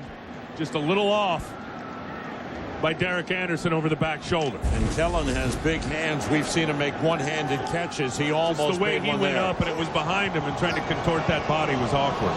Vickers, the fullback, splits out wide left. 2nd and 10. Jamal Lewis. Not much, maybe a yard. That'll bring up a 3rd and long for the Browns. As the drive stalling here, an important 3rd down play coming up. As good as Kellen Winslow is in the pass game, he really doesn't want to block. Now, this is a tough one on Darryl Tapp, but he has no chance to get to him. That's the old arm hook block. Let me get you kind of. That won't get it done. Tim Carter is in at wide receiver with Joe Juravicius. Vickers, the fullback, splits out left. Jason Wright in the backfield for Braylon Edwards. And he's got it down to the 16-yard line. He's 2 yards short of the first down. It's a 4th and 2. Oh, they've got to put points on the board. Will they go for it? Now, really a good job by Derek Anderson to read this blitz by Brian Russell coming right to the side he wants to slant.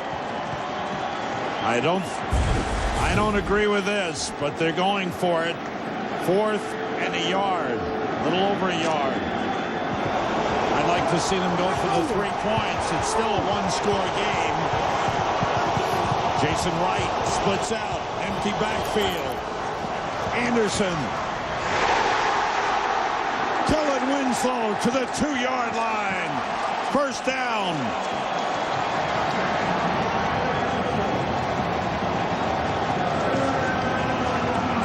Winslow's hurting his left shoulder.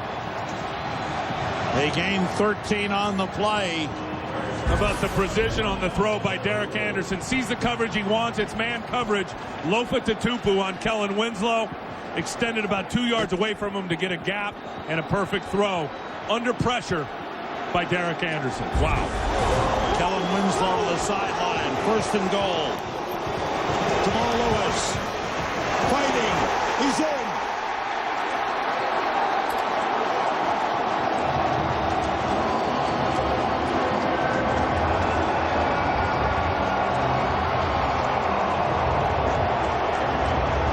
Third touchdown of the game for Jamal Lewis. Winslow comes back on. The Browns will go for 2 points to try and tie the game.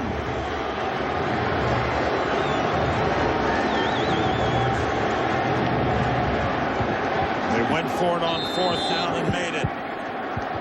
They have tied the game. They are within 2 points now as they try for the tie. Jason Wright in the backfield. 2 tight ends. Winslow and Hayden. Anderson fade.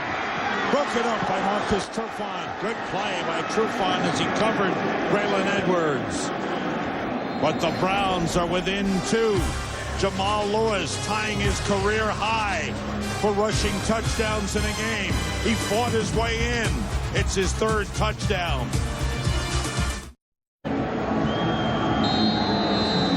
Derek Anderson, 10 plays, 54 yards, leading his team to a touchdown. But you remember the extra point that was missed by Phil Dawson early in the game? They had to go for 2, and they failed again. On the return, Nate Burleson.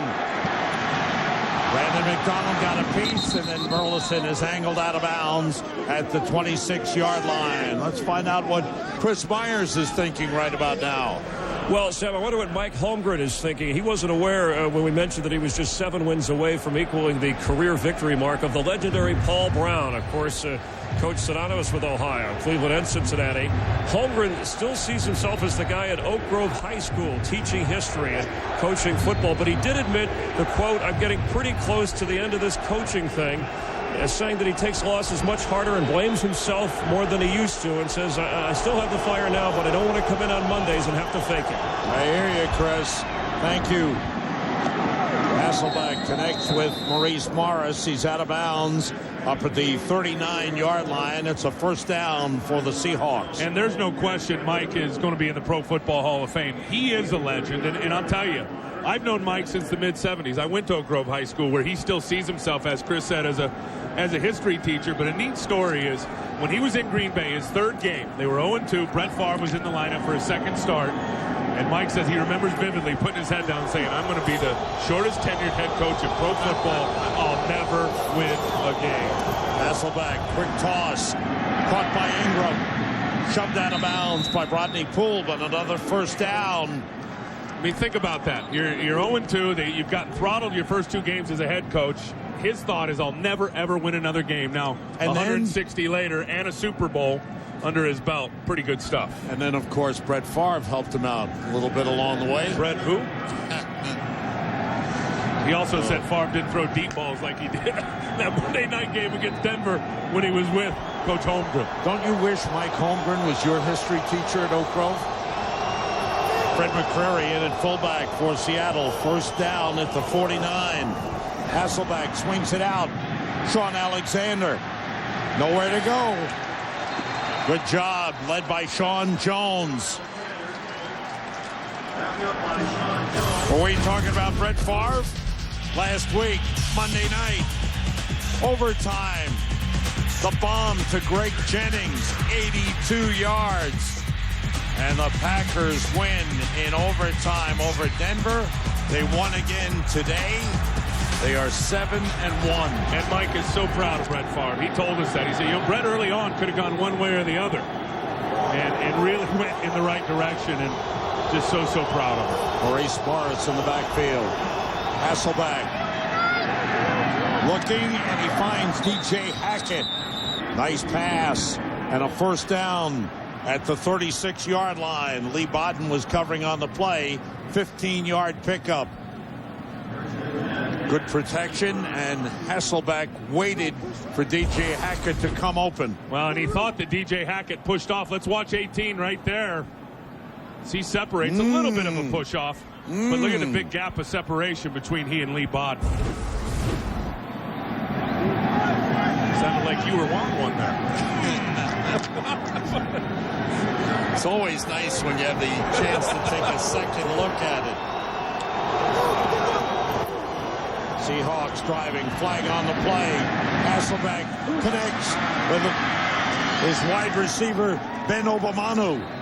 And the rookie out of the second-year man out of Auburn. With a good pickup, let's see what the penalty flag is all about. Bringing it back. Oh, boy. Illegal formation. Offense. 6 men on the line. 5-yard penalty. Replay first down.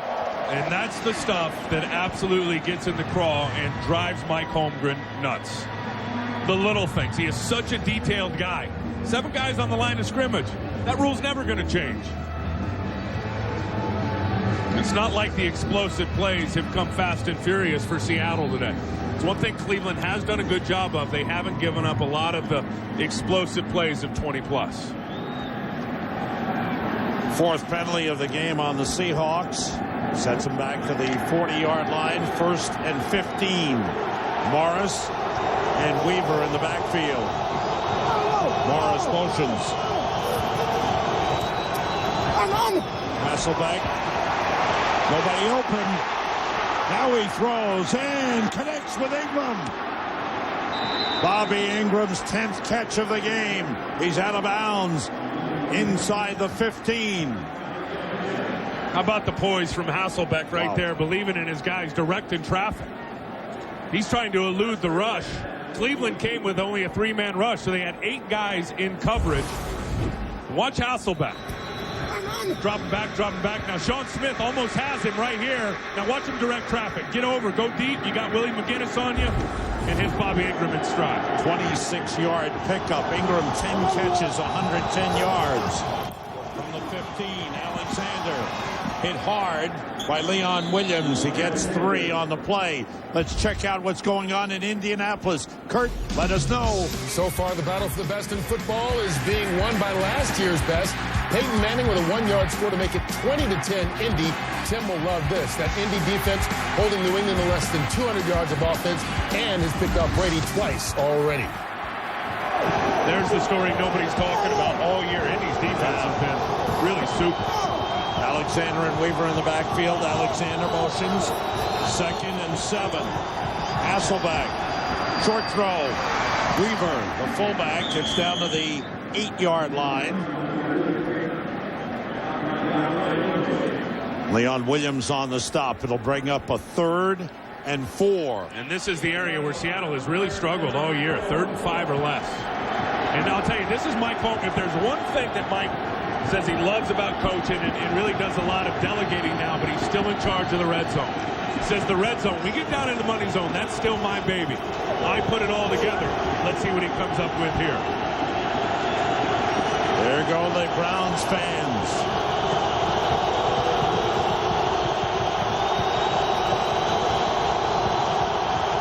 Timeout. Hasselbeck was trying to change the play. There was way too much noise. Timeout, Seattle. 3rd and 4.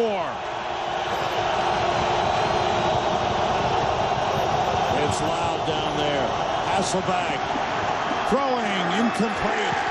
Eric Wright knocked it away from Bobby Ingram.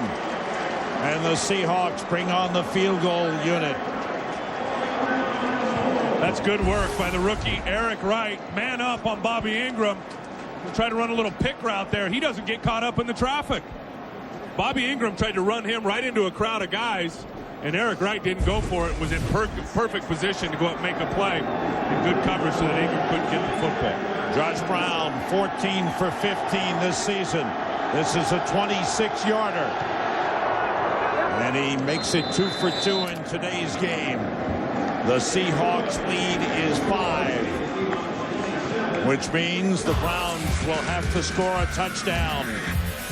But this is a good one.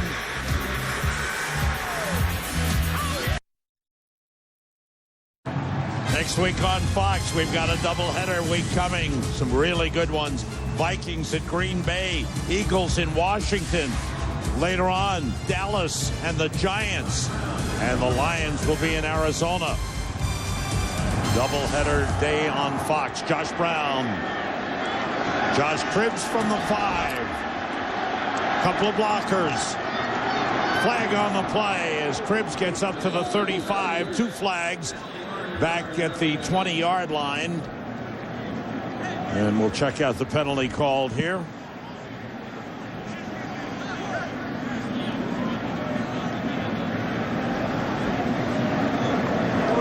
During the return, holding number 87 of the return team.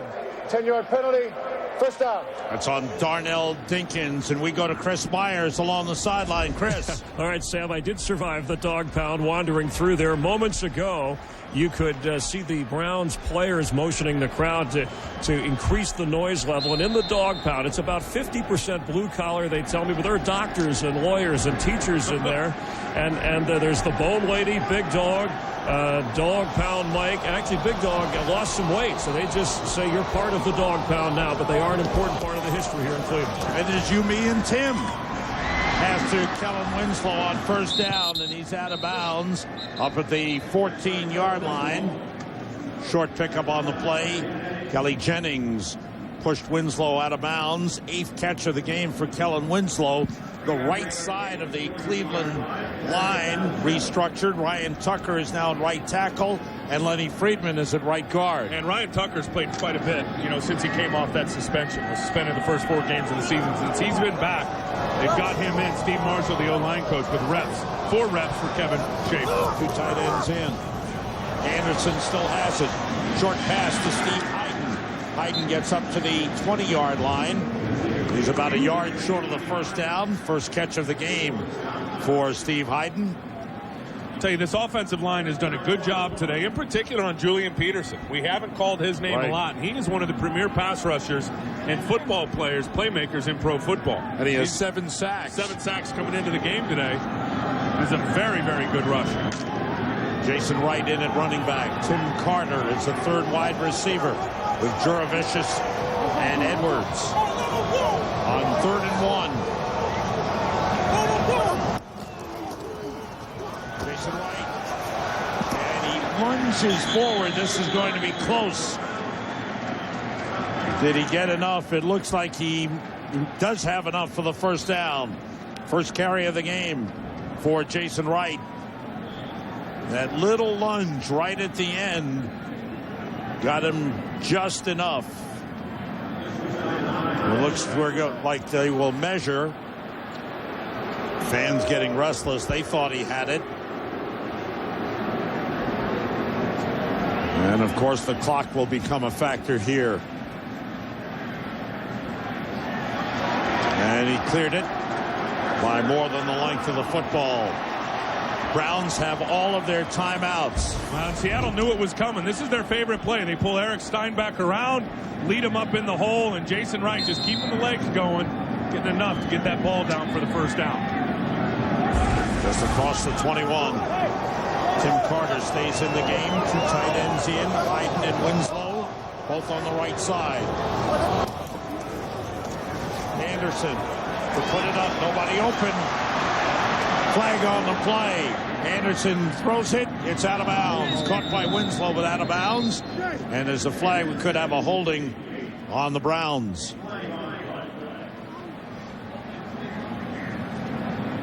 I believe it was Rocky Bernard who forced the hold. And he's been quiet tonight. Offense, number 62. 10-yard penalty.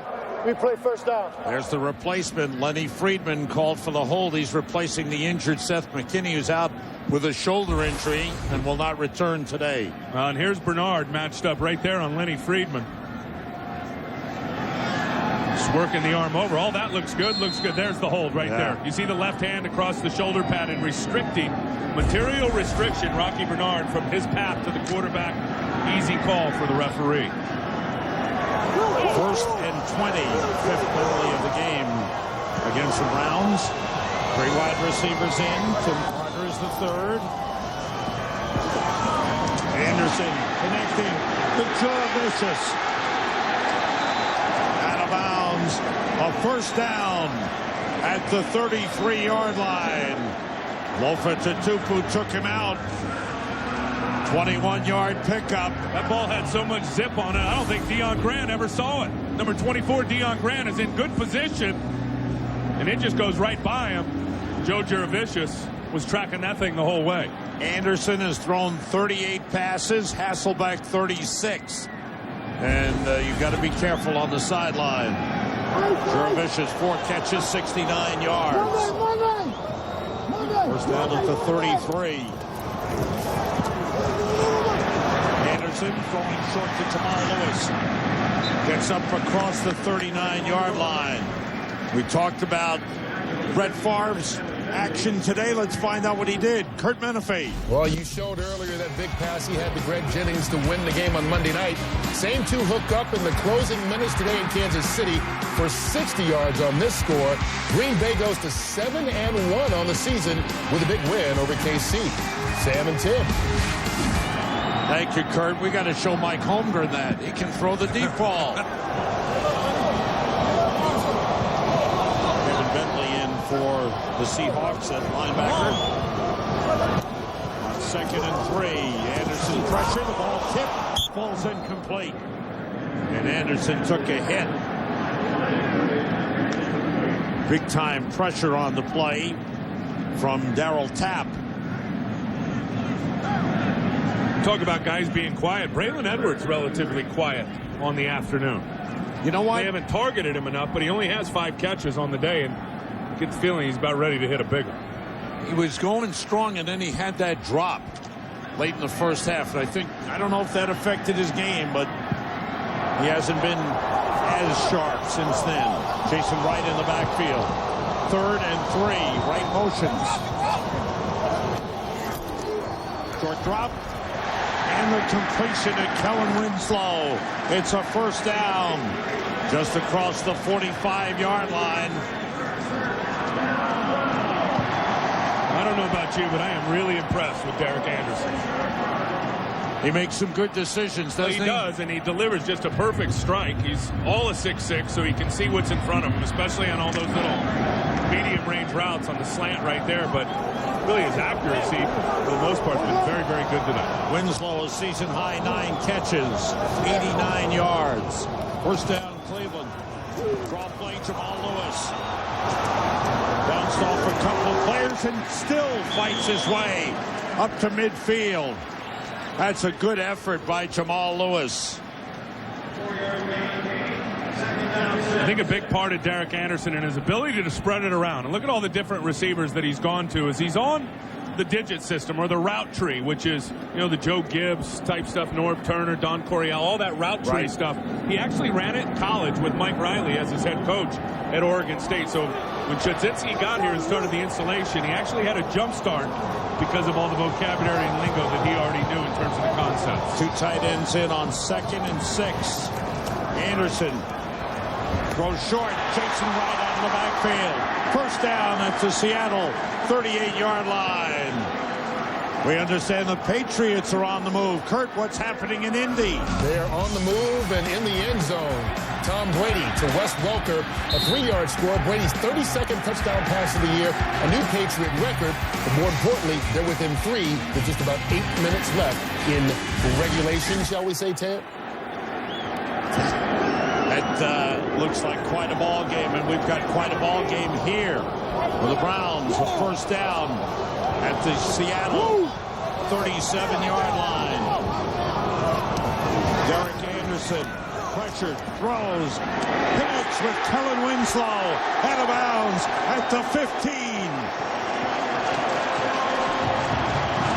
Anderson is 26 for 43. You can't talk enough about the ability to pick up the blitz. He's going to stay back, but watch everybody else. Delayed blitz, everybody gets picked up. Just really, really good stuff. Winslow is over 100 yards receiving with 10 catches. Anderson has passed for 315 yards. Wow. And the Browns threatening to take the lead.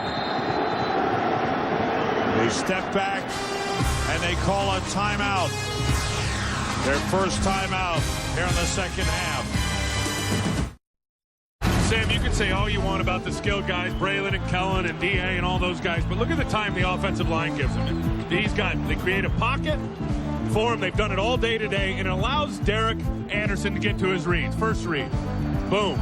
Second read, boom. Now third read, he's going to turn and fire the football. And we've seen it this last drive with this offensive line. Again, you can't reiterate it enough. One of the better pass rushing groups in all of the league. The Seattle Seahawks have been nullified for most of the game. This drive started at the 11-yard line. Now at the Seattle 15. The pass dropped off the numbers of Braylon Edwards at the goal line. He was covered by Marcus Trufant. Had time once again to throw the football. Look at you. This is just what we talked about. Creating a nice little pocket around him. Unloads a perfect strike. It's the second easy drop from Braylon Edwards. Hit him right in the hands. 2nd and 10 for the Browns. They have 2 timeouts remaining. That's one thing on Braylon. Historically, he has dropped passes that should be caught. He'll make the spectacular catches, but the easy ones at times he has trouble handling. 2 tight ends in. Hayden goes left. Winslow right.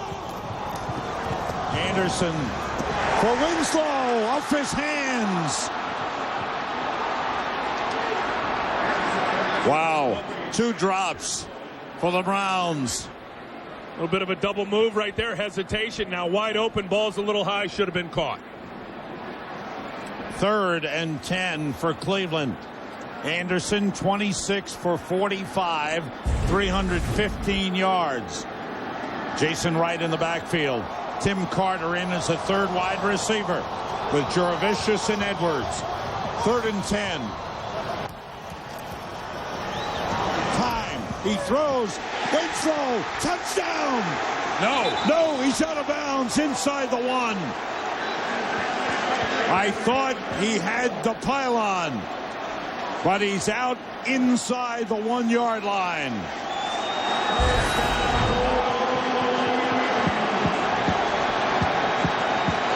Little trail routes. Got picked off Mike Green right there. He's going to try to lay out. Oh, yeah, his left foot is out of bounds. All he had to do was lay out and dive and get that ball either over or the inside of the pylon. And he tries to stretch it with his hand and then steps out with his left foot. The Browns sideline wondering whether they should challenge. No. And they are. Romeo Crennel has thrown his challenge flag. Does he cross the plane there, well, Tim? You can't see if that left foot is already out of bounds or not. That's the whole key. And remember what it was called on the field. If there's not a good look that really identifies it, it will be hard for the official to turn it over.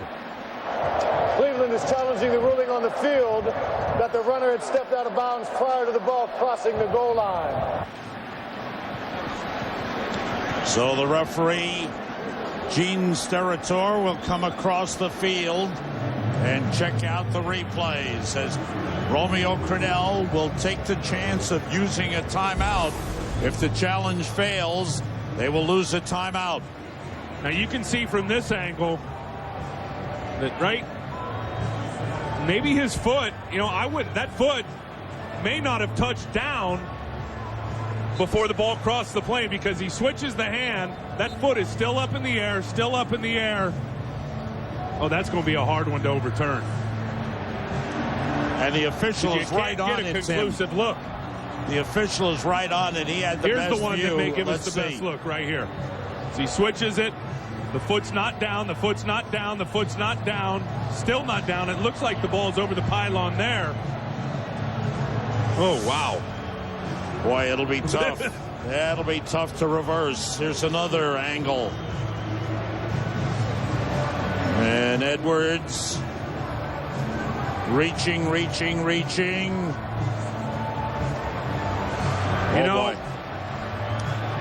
I'll tell you. It's going to be hard. If I'm making the call, I turn it over and give him a touchdown. Really? I do. Why? Because I think from those angles, if you put everything together, it did not. It looked like his foot was out of bounds, but it hadn't touched out of bounds by the time the ball just crunched over the front edge of the plane of the goal line. Well, based on, as we know, conclusive evidence to overturn a call on the field, I don't know if that's there.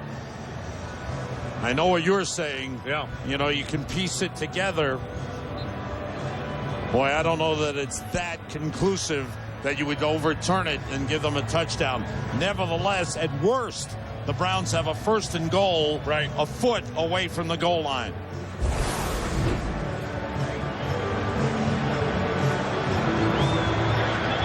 See, right there, the ball's over the plane. Had the foot touched down. Here's Gene Sterator's ruling. After review, the ruling on the field stands. The football did not cross inside of the pylon prior to the runner going out of bounds. It will be 1st and goal Cleveland. The ball will be at the half-yard line. Cleveland will also be charged with its 2nd timeout. Kellen Winslow now with a career-high 125 yards receiving today. He's tied his career-high 11 receptions. And Derek Anderson, all career highs today of 27 for 46, 329 yards. But here's 1st and goal. 1 foot away. Kevin Schaefer is eligible on the right side. Winslow motions. Jamal Lewis. Touchdown! His 4th touchdown of the game gives the Browns the lead. Fraley, Steinbach, Thomas. Tell you who had the block. Steve Hyden out on the edge on Darryl Tapp. Good blocking up front by the Browns. Jamal Lewis, who's rushed for only 37 yards in the game, but 4 touchdowns. Now, whatever he's rushed for, he's made it count down inside the 2-yard line. And the Browns will go for 2 to try and get a 3-point lead. They failed earlier on a 2-point conversion. Blitz coming. The pass complete to Juravicius.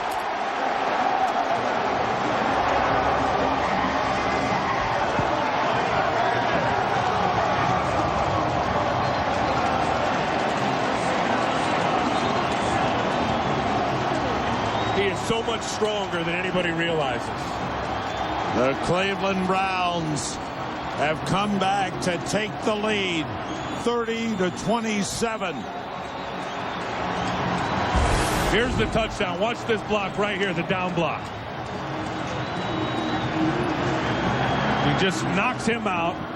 Jamal Lewis finds a little crease and punches that bad boy in. Fraley with a good block again.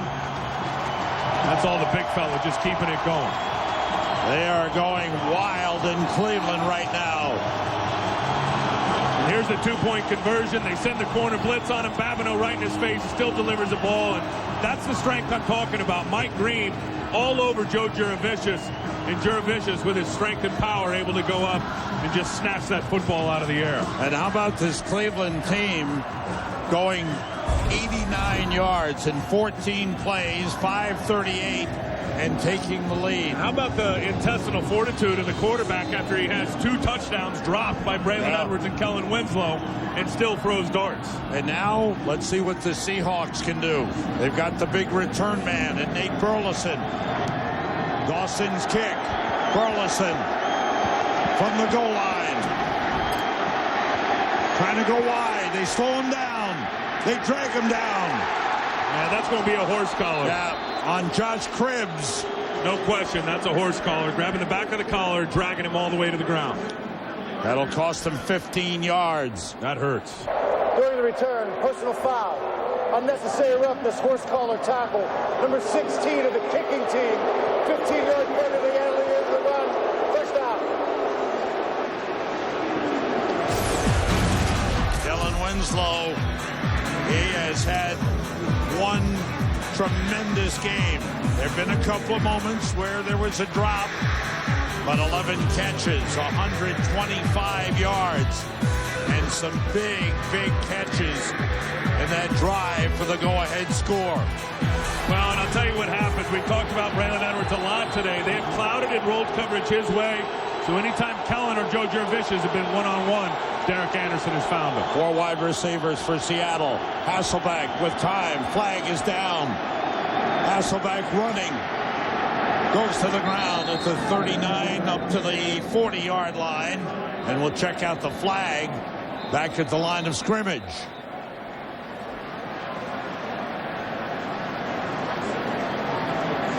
Offside.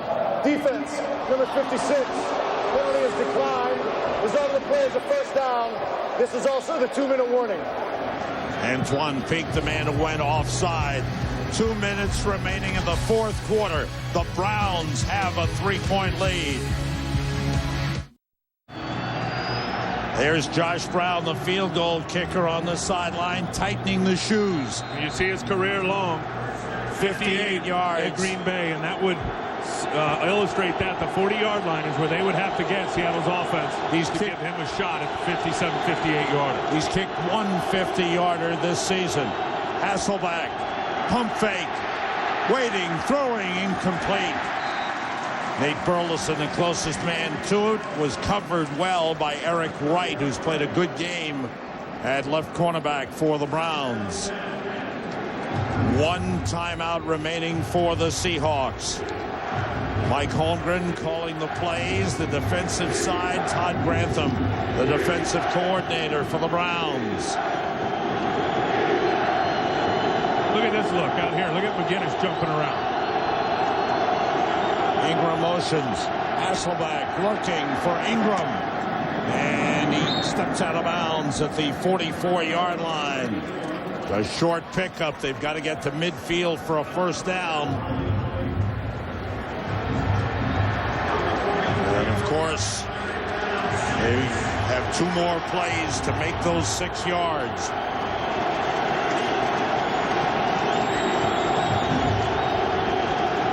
Browns trying to go 5-3. Hasselbeck with time finds Ingram, and he's got the first down at midfield. Davin Holly took him down. No huddle offense for Seattle. It's clear Cleveland has decided to only send 3, drop 8 into coverage. The last 2 plays, they've only rushed 3 guys up front. Seahawks same thing here. Need about 15 more yards. Hasselbeck all the time he needs. Oh, it was almost intercepted. Leon Williams, the linebacker, knocked it away. Will Heller, the tight end, was the intended receiver. Nobody open here, Tim. Well, they've got 8 guys in coverage. Wait, he tries to slide it in between Leon Williams and Eric Wright right there. He lucked out. The game's not over with a pick there on that one. David McMillan is in at linebacker, number 90 for the Browns. Now he lines up as a left end. 2nd and 10. Hasselbeck. And it's caught by DJ Hackett. A beautiful catch at the 36-yard line. They are now within Josh Brown's range. 1 timeout remaining. First down, Seattle. Hasselbeck goes outside of Hackett, out of bounds at the 31. And now they're inside 50 yards for a field goal. From here, it would be 49. But now you're getting to the point where the Seahawks can start thinking about getting to the end zone and maybe grabbing the lead. Yeah, I think they got to take a couple of shots and try to get it down into the end zone here. They have 1 timeout. On 2nd down. Draw play, Maurice Morris tipped up. A nice play by Lee Bodden, getting his hand on the foot of Maurice Morris just as he was starting to explode through the hole. Here's a 3rd down. They've got to get to the 25 for a first down. Morris, he's got it. And he's down to the 15-yard line. Great run by Maurice Morris. And the Seahawks have used their last timeout. 24 seconds remaining. Cleveland leading by 3. Maurice Morris, 7 carries, 44 yards. Sean Alexander has not been a factor in the game. Well, remember, he hurt his knee and ankle early on in the football game and unable to catch it out of the backfield with the cast, a couple of drops early, so we have seen more of Maurice Morris. Now, if I'm Mike Holmgren, you got the first down, you've got 24 seconds. You can't, in my opinion, run the football unless you're only going for one shot, run it, and then get your field goal team out there. You'd have time for that. But I think you take a shot or two. Nothing crazy, but an opportunity to win the game on the road here. All right. High percentage pass, trying to get it into the end zone. Josh Brown is ready to come on and try and tie the game. Right now, the Seahawks with a chance to grab the lead. First down from the 15. Hasselbeck throws. Incomplete, intended for Nate Burleson. Eric Wright covering on the play. 18 seconds remaining. Still time for Seattle to get that touchdown to give them the lead. I think the biggest thing is, if you're Matt Hasselbeck here, and it's all high percentage stuff, is don't try to get cute and end up taking a sack with that clock continuing to run with no timeout. 3 wide receivers. Ben Obamato is in with Ingram and Burleson. Draw play. Morris. 10, 5, down to the 3-yard line. Clock running. They got to spike it. They must spike the ball. Got to down it. 3, 2. And there are 2 seconds remaining. They tried to surprise the Browns and got within 3 yards of a touchdown. And now Josh Brown will come on to tie the game.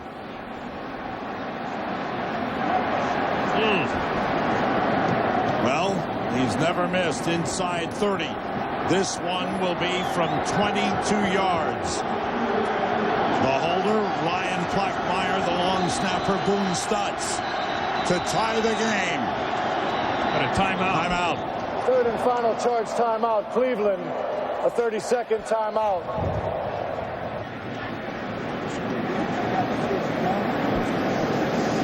Wow. 2 teams. And we were talking with Romeo Crennel, and we asked him what his message to his players would be Saturday night. And he said that the most important game in the NFL will be played right here in Cleveland Stadium. That's right.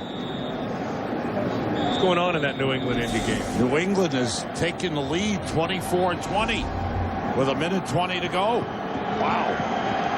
What a comeback. Right here. Josh Brown to send it to overtime.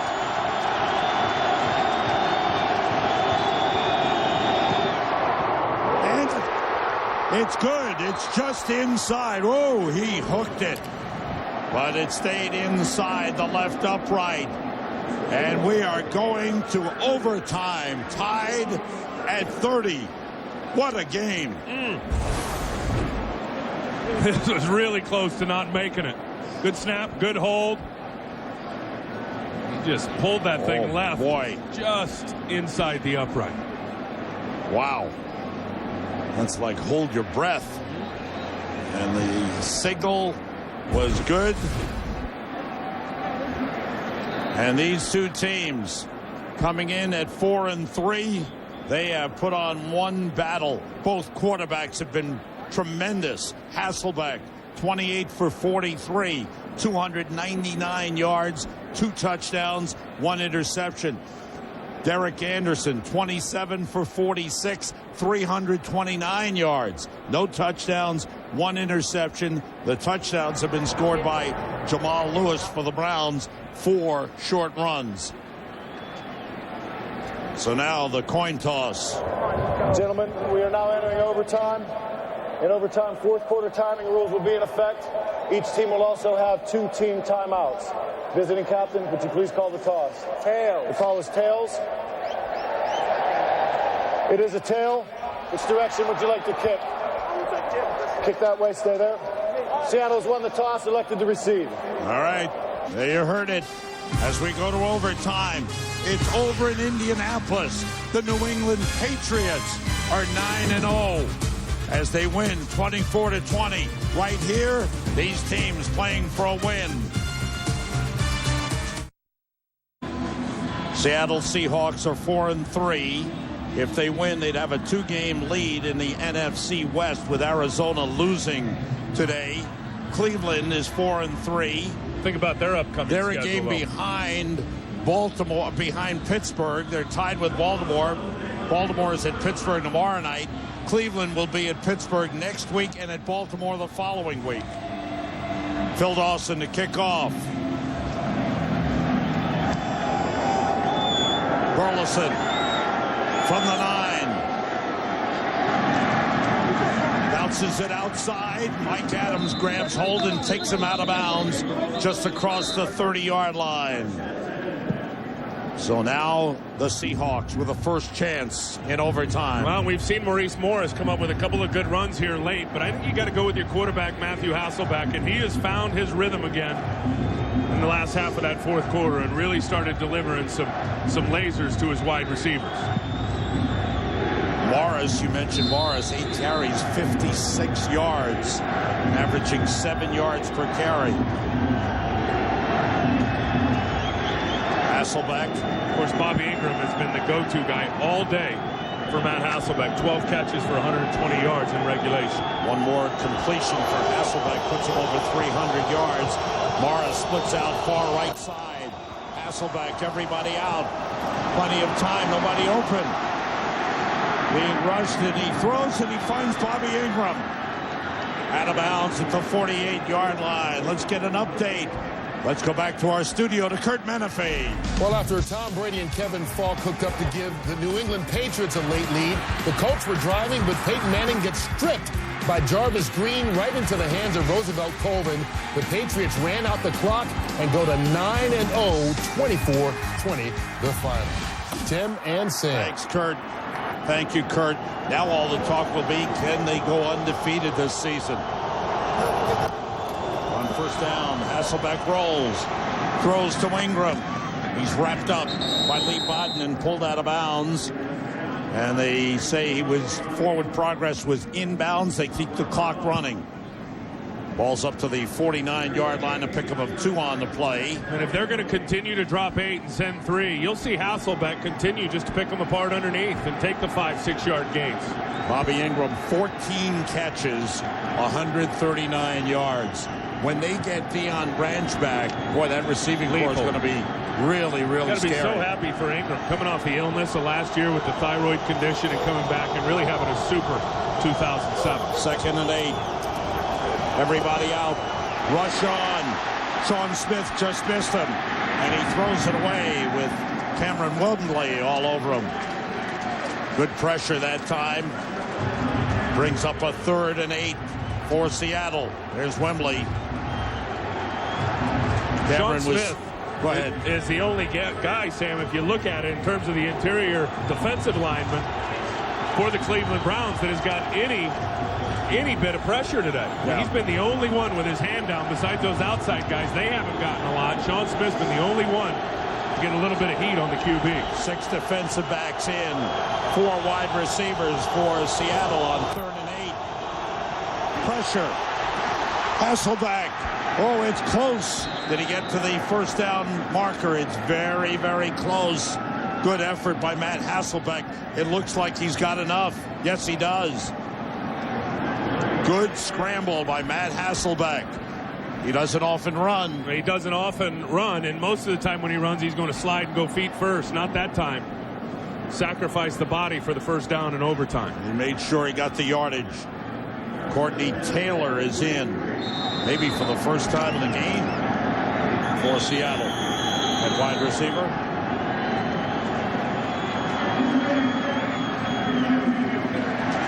Going to review They're the going spot. to have a review. It's a booth review in overtime.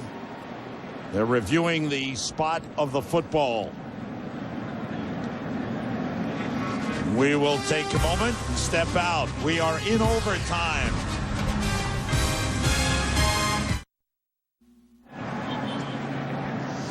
Back in Cleveland, booth review underway on the spot. And in overtime, all the reviews do go to the booth. Right. You see when this hand goes down. Knees down there, too. Where's the football? Very, very close. And again, he had to make it to the 43-yard line for a first down.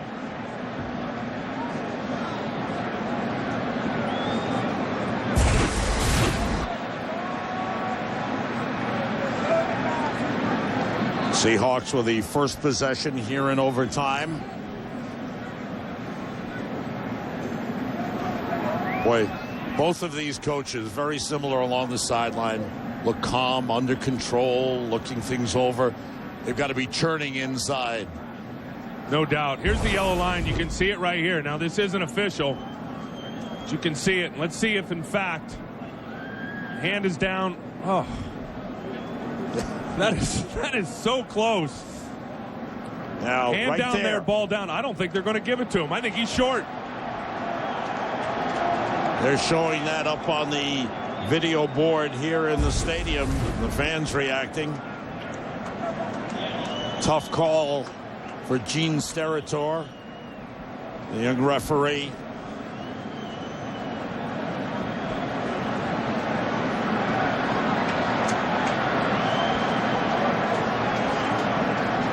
And here comes the call. After review, it has been determined that the runner's left elbow was down and the football was at the 43.5-yard line, which will be 1/2 yard short of the line to gain. The ball will be on the left hash mark. It will be 4th down and 1/2 yard to go. Seattle. So there's the call. Now that's the right call. Mike Holmgren has to decide what does he want to do. Go for it for the 1/2 yard. No, I think you got to punt it, don't you? I think you go for it. 1/2 yard? Yeah, you may be right. I think you believe your team has been able to do this. And Mike has sent in the play. I guess, is this what you use the whole off week to work on the run game and the point of emphasis? See if that offensive line can get some push up front. Big play. They need 1/2 yard to maintain possession. In Browns territory. Romeo Crennel yelling into his defensive people. And here is 4th and 1/2 yard. 3 wide receivers. Maurice Morris in the backfield. It's Morris. Whoa! He falls forward. This is so close, Wow. they're going to have to come measure this again. I'm not so sure he got it. That play never got going. Once again, the Browns have done a good job against the run.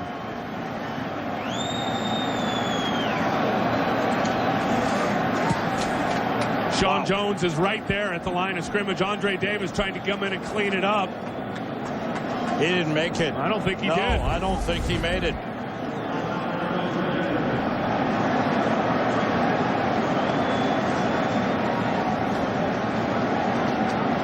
Mike Holmgren went for it.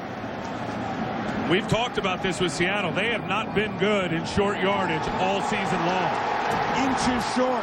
That's why I think you punt it. I mean, I understand it's a 1/2 yard and you feel like you can do it, but if you go back and watch Seattle this year in short yardage, they haven't had a lot of success. Wow. Their offensive line doesn't get a lot of push. That's just a heck of a play by Sean Jones, sealing the edge and getting a hold of the back before he can get his momentum going. Now Derek Anderson and the Browns. It's their turn. Mike Holmgren doesn't like it.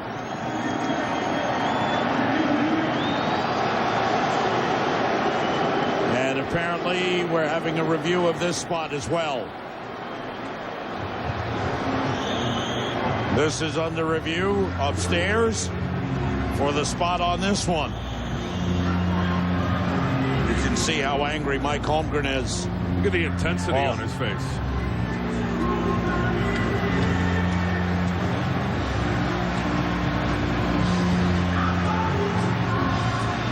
I think he's upset at his offensive line, why they didn't get any push on this play. He was yelling at Sinclair. When they go right behind their guy, Walter Jones there. He was yelling at Sean Locklear, excuse me. It's Sean Andre Davis. Those are the guys. Yeah. I mean, good penetration right there by Wembley under Walter Jones. Forces that thing to bounce out just a little bit. Sean Jones is waiting right there on the edge for it. See that? He just slides right in. Red line is unofficial.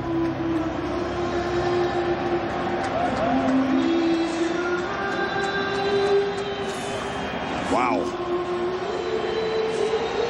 You can feel it. You can feel the intensity.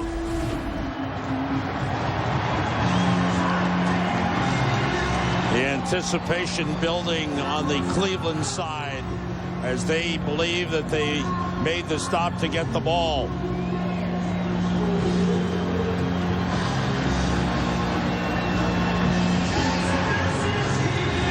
Next week, doubleheader week on Fox. How about the Green Bay Packers? 7-1, taking on the Vikings and Adrian Peterson.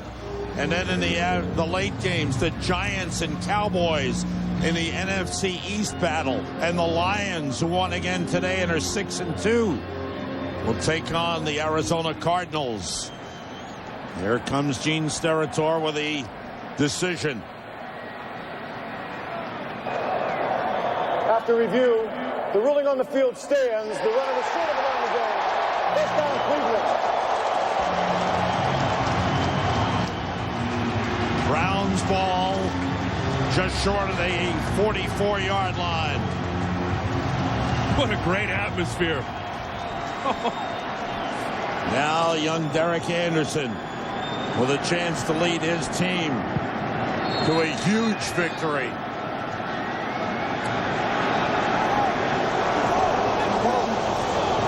Kevin Schaefer is in at right tackle. Drovicius motions. Anderson looking, goes short, and it's juggled by Vickers, and he is pushed out of bounds as he picked up a yard. The fullback Lawrence Vickers juggling the ball all the way and picked up only a yard on the play.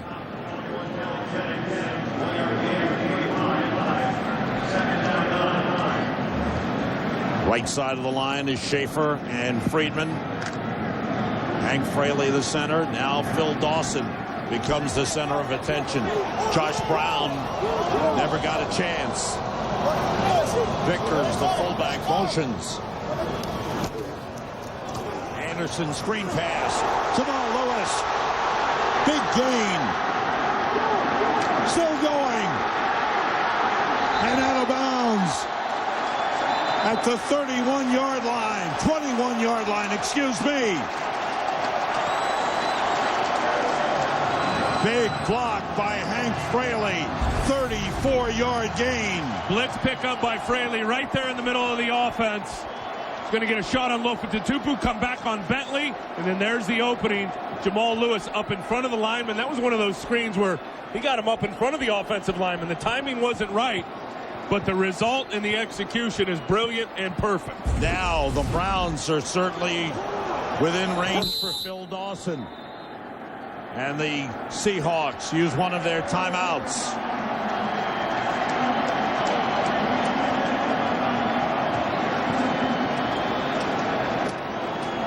You can't say enough about the offensive line of the Cleveland Browns and their ability to pass protect. You really can't. Seattle on fire and rushing the passer all year long. They've come in here today. They haven't gotten a sack. No. They haven't gotten a sack on Derek Anderson, and he's thrown it 48 times. Wow. Chris Myers, what's going on down on the field? Can you feel it? Oh, yeah. The Browns fans, they're headed towards the dog pound, Sam. But Jamal Lewis, before the game, was talking, injured big toe and all, about his role coming to Cleveland as a mentor on this team. But he also said, Baltimore treated me like I was at the scrap heap at the end of my career. I wanted to prove something coming to Cleveland, and I also wanted to be a part of turning the Browns around. He's doing that today. At the Seattle 21-yard line. On first down, Winslow motions. Jason Wright to the 20, and he's shoved back. Phil Dawson is ready on the sideline.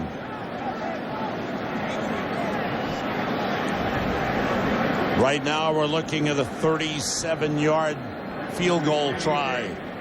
Look at that number. Sacks allowed. The big goose egg. This is the one that gets you, the 48 passes. That's right. Dawson's ready. Roger. 2nd and 9. Two tight ends. Tight formation. Anderson rolling. Anderson running. 15. Oh, big hit. Falls forward to the 10-yard line. That's a first down. Now he can run now. If you watch him, he had a couple of touchdowns coming in, and he gets a couple of blocks downfield. This is a run the whole way. Kellen Winslow right there shielding off Julian Peterson, gave him the crease to get the first down. It's dangerous, but the big kid did the job. Dawson stays on the sideline. Would you bring him on and kick it? You just get him in the right position on the right hash mark, whatever he wants, and go from there. Right.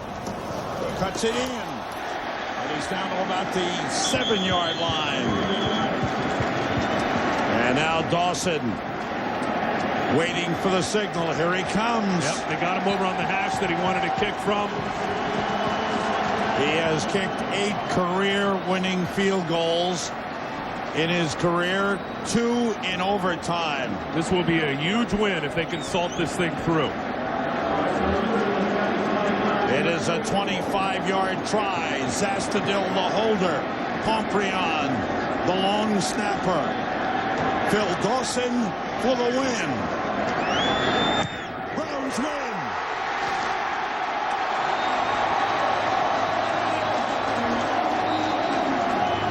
There's a flag on the play. There's a flag. The field goal is good. The game is over. Seahawks had too many men on the field. The Browns have won it in overtime, 33-30. How happy are you for Romeo Crennel and that football team? What a great, great football game. You know the crazy number? Seattle, after their bye week, 2-7 under Mike Holmgren. Hard to believe. Dawson, right through, no doubt about it. 24 yards officially. No doubt. Derek Anderson now 4-0 at home as a starter. Wow. What a game by the young quarterback. UPS, what can Brown do for you?